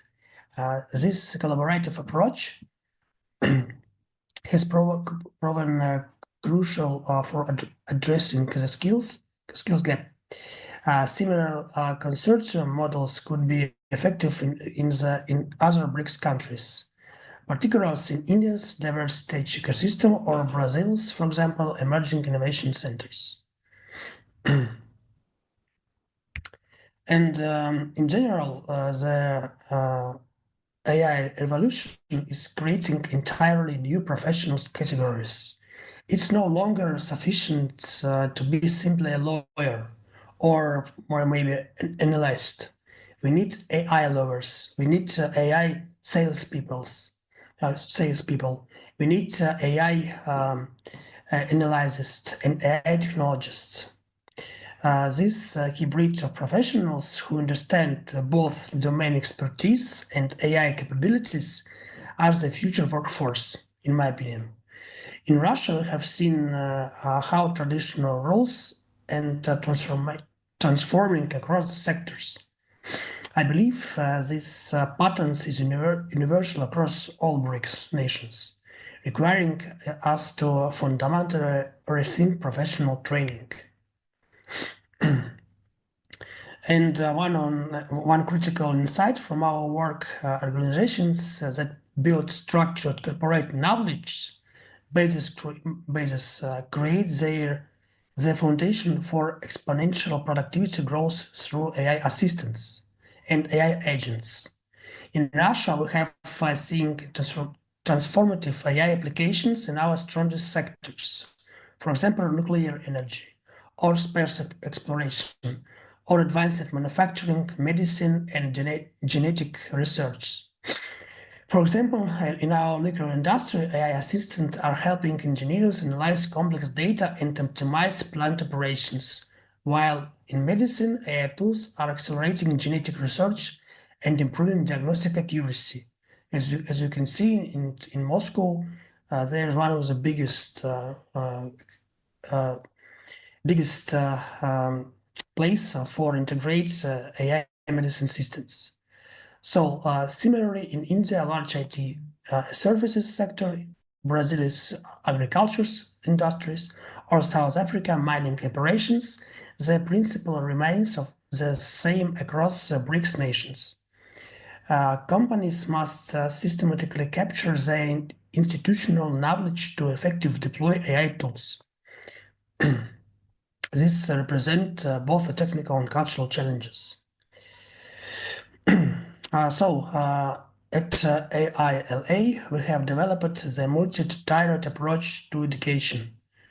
First, integration first with traditional university programs, creating specialized AI tracks within existing disciplines.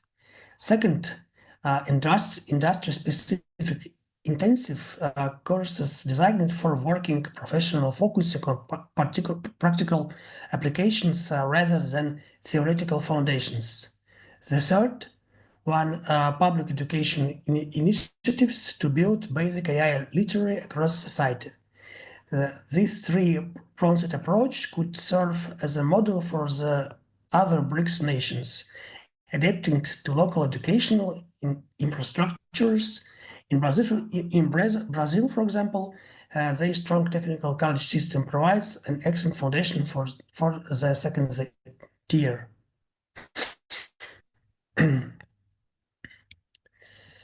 So I just want to show some case studies. Let me share a practical example from our AI tools and some solutions based on AI. When implementing corporate AI assistant for different departments, sales, recruiting, marketing, project management, I found the success dependent more on domain experts learning to work with AI than on technical specialists. For example, in HR department, using our UNCA HR, that's the name of our service, we saw productivity increase of over 30%. When requirement specialists received just 20 hours of targeted training in prompt engineering and AI workflow design. Similar results emerged across sectors, suggesting a focused role-specific trainings approach yields better outcomes than generic AI education. In general, just one idiom, your own AI service assistant, it's like having your own website on 2000s. And each enterprise can create their own AI services based on his own unique data. So, developing digital skills at scale requires coordinated action between governments, industry, and academia. In Russia, AILA serves as this coordination point, analyzing trends, establishing infrastructure, creating educational programs, and developing regulatory frameworks. Each BRICS nation have different institutional structures, but this collaborative approach transcends specific systems, whether through India's robust IT Industries Association or Brazil sector chambers. Creating this coordination mechanism accelerates skills development. In Russia, we have particularly benefited from this approach in our strategic industries like aerospace, nuclear energy, as I said before, and advanced manufacturing, and something like. In conclusion, I recommended these priorities for BRICS nations developing digital skills for AI. The first one, focus on hybrid for professional and combined domain expertise with AI literacy. The second one, build structured knowledge management capabilities within organizations.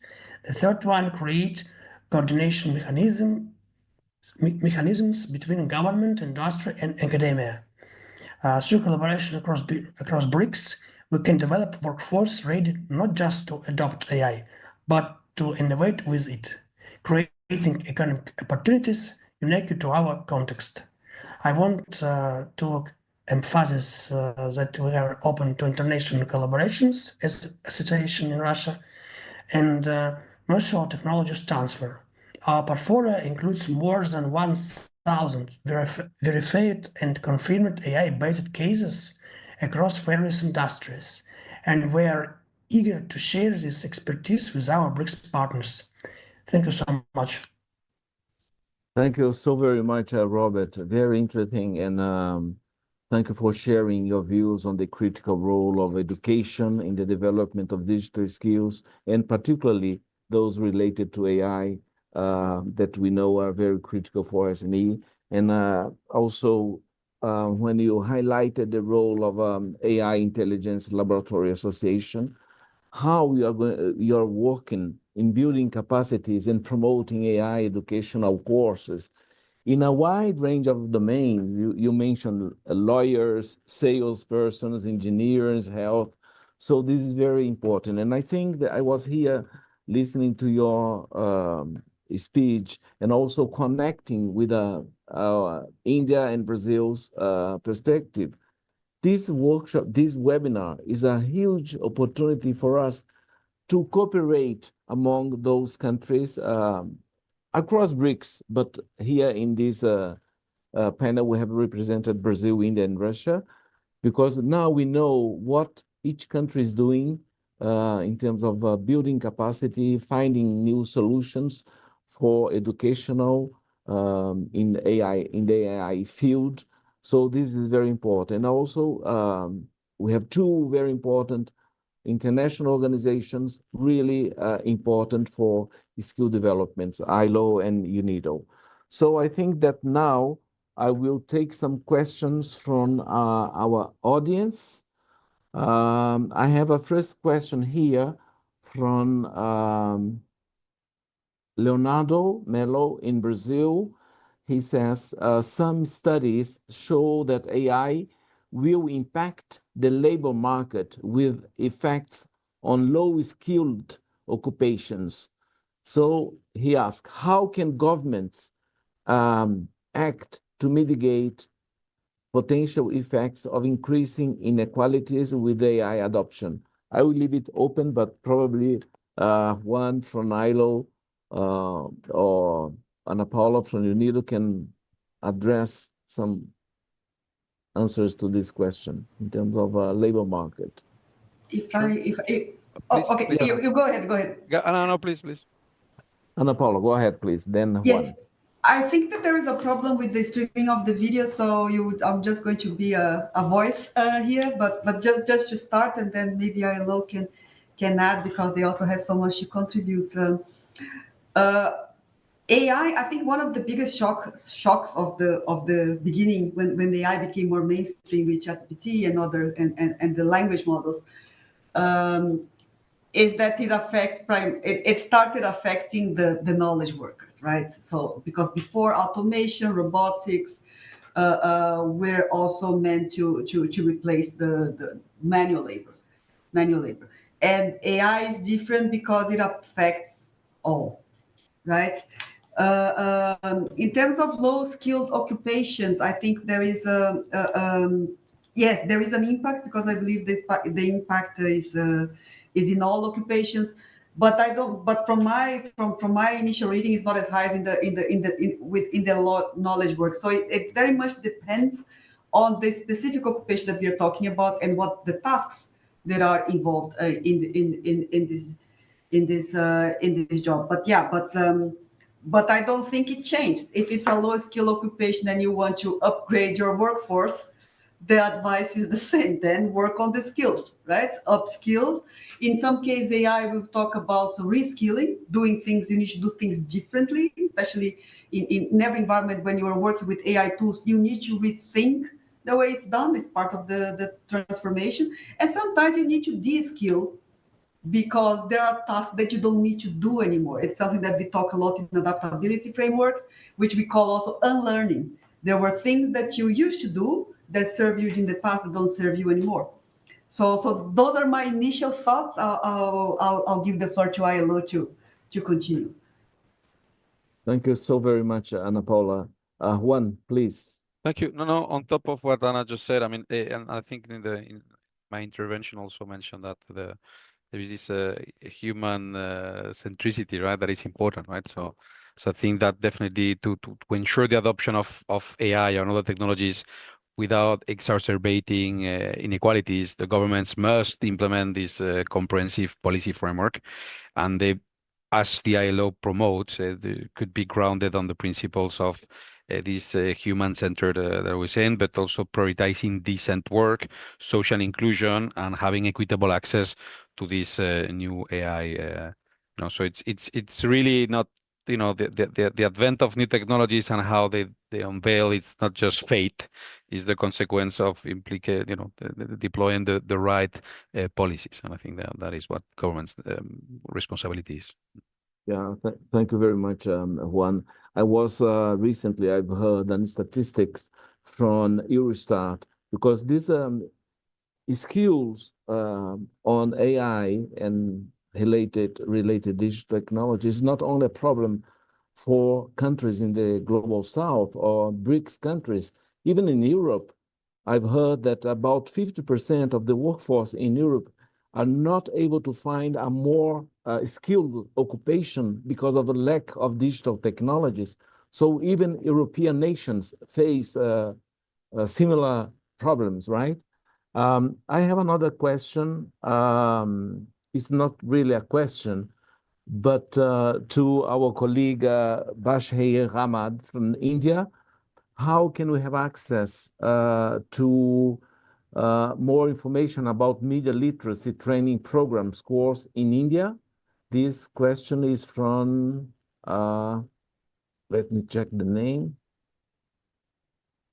Fernanda, I guess. I don't know from which country, but if you can maybe, Bashir Ahmad, mention something where people can find more information on the training programs that we have in India. Yeah, so there are 2-3 sources that I could refer to.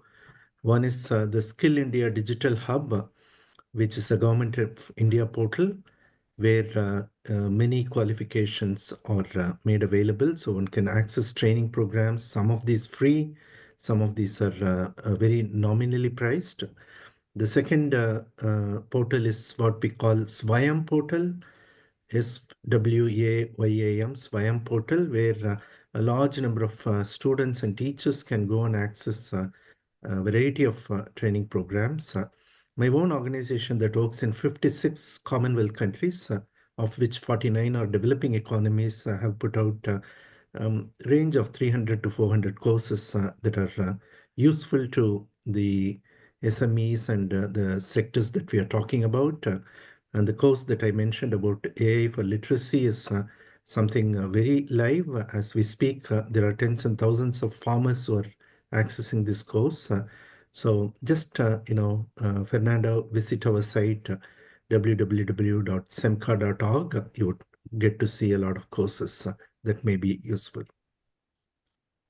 Thank you very much. Just to be fair with the person that made this question, that was not Fernanda. Her name or his name is Hivi Damasio. So thank you very much. We have one more question from Hermano Lopes. Do you believe that AI is here to focus more on creativity and the final results rather than executing the task itself? Anyone willing to address this question? So with regard to creativity, I think human beings are more creative than AI. So, we can leave the 3D jobs to AI, the dirty, difficult, and dangerous jobs to AI when it comes to creativity, critical thinking, and analytical thinking, and others. Although, Gen AI has shown some, response to a lot of knowledge related work. But when it comes to creativity, we would advocate for human in the loop of AI and human as the supreme rather than AI becoming one. So we should only use AI as an augmentation tool rather than a replacement tool. And I'm sure that we can use AI to augment our own creativity, but human should be supreme. Thank you so very much. I will take one last question. We have some more couple of questions, but we are running out of time. This question comes from Tobias Alencastro. How can governments address the teach divide in AI, or training divide, or skill divide in AI, where access to cutting-edge tools is determined by financial resources, potentially widening inequalities between wealthy and developing nations? Anyone willing to address this question?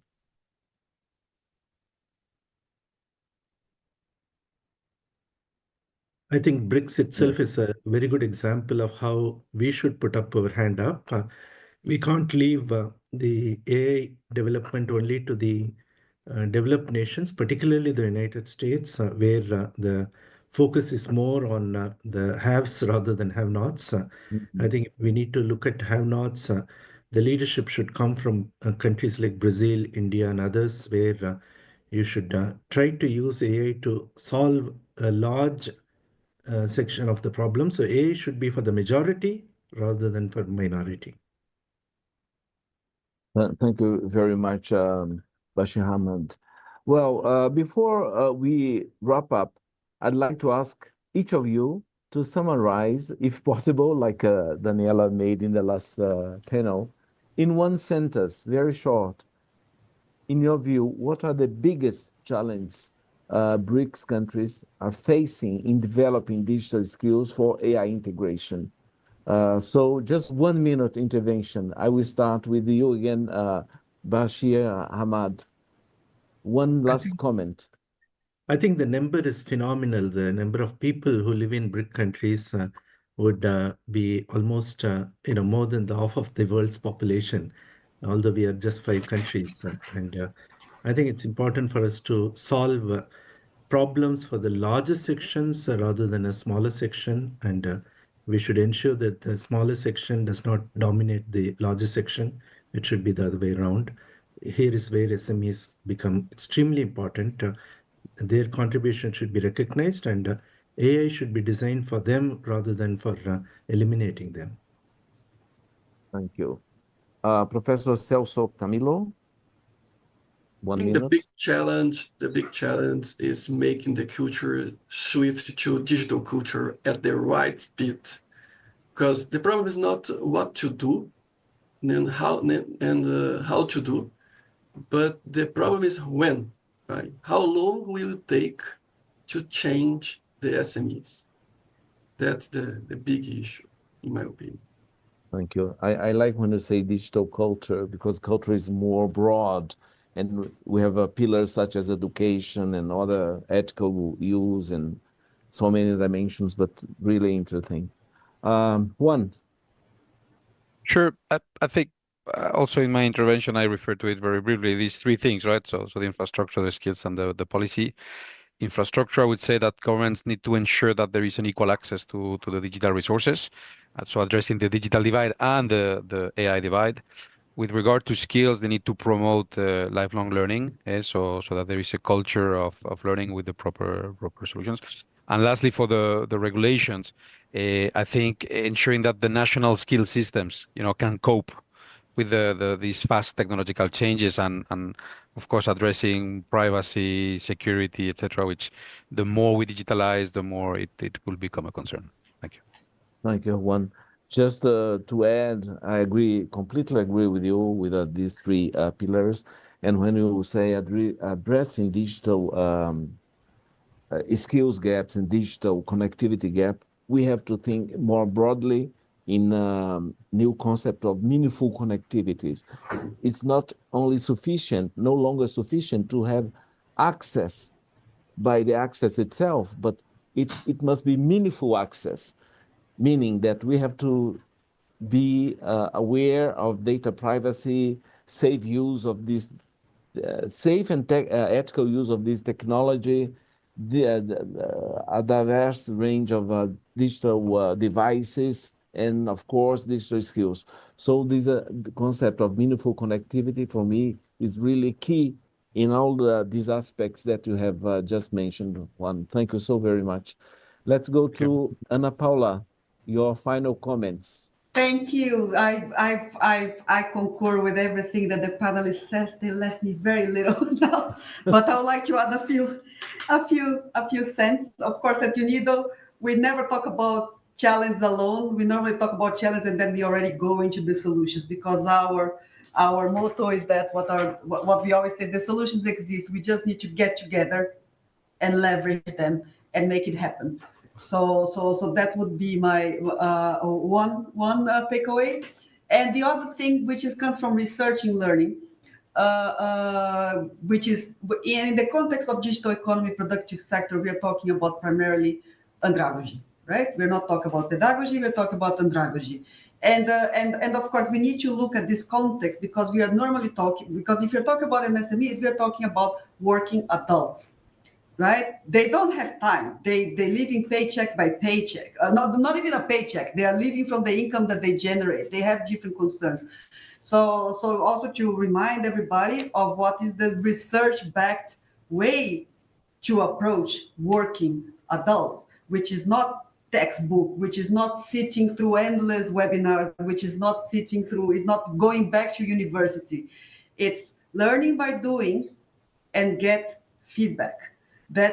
So programs around this framework, mentoring or integrated to the adoption of technologies, mentor technology, tend to be more successful. So that would be my takeaway, because everybody said everything else. Thank you, Ana Paula. I agree with you. Have to think about challenge, but also solutions.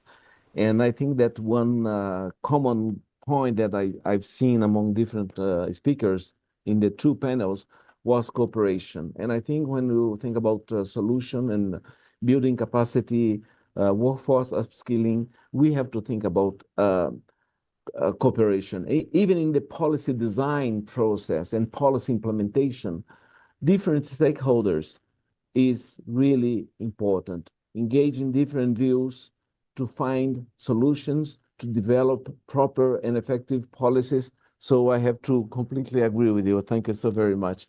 And last but not least, Robert, I was really very impressed with the AI Laboratories Association in Russia, providing such a wide range of solutions. And what would be your final remarks regarding to the challenge for our nations in the BRICS context? Yes, I think one of the biggest challenges that artificial intelligence developers in general technologists faster than regulatory framework in world and in BRICS countries, nations too. Another equally important issue is that AI is an assistant to humans, but not a partner or a competitor. So therefore, the final decision always rests with the human. But nowadays, it's true. How it will change in future, it's a question. Thank you very much, Robert. And once again, congratulations for all these initiatives at AI Laboratories Association. Very important. This human-centered approach is really key in this process that we're going through in this digital transformation. Well, it was really a real pleasure to be with you and to moderate this panel today. And thank you again you all for this insightful and inspiring discussion that we had. And today, we've reinforced that digital skills development is not just a necessity. It was highlighted by many of you. It is a game changer for SMEs striving to compete and innovate in an AI-driven world. And I extend my sincere and deepest gratitude to all of you, esteemed panelists, for sharing your experience, and to all of you that actively participate in the first of two webinars. I could not address all the questions that we got from the chat, but thank you for very active participate. Let's keep moving forward. Cooperation is key in the process, and equipping SMEs with the skills they need to shape the future. And I look forward to seeing you again in our next BRICS webinar in the context of the SMEs. And until then, let's stay engaged and drive meaningful change together. Now I hand the floor back to our master of ceremony. Thank you again for this opportunity. Great pleasure. Thank you. Thank you. À medida que encerramos nossa sessão de hoje, gostaria de expressar nossa sincera gratidão a todos os painelistas, moderadores e instituições organizadoras por suas valiosas contribuições. Um agradecimento especial ao público por participar ativamente deste evento. Muito obrigada mais uma vez por estarem conosco. Esperamos vê-los em nosso próximo webinário, no dia 2 de abril de 2025, nesse mesmo canal, onde continuaremos explorando o impacto da inteligência artificial e da transformação digital nas pequenas e médias empresas dos BRICS. Até lá, fiquem conectados e sigam participando desse importante diálogo.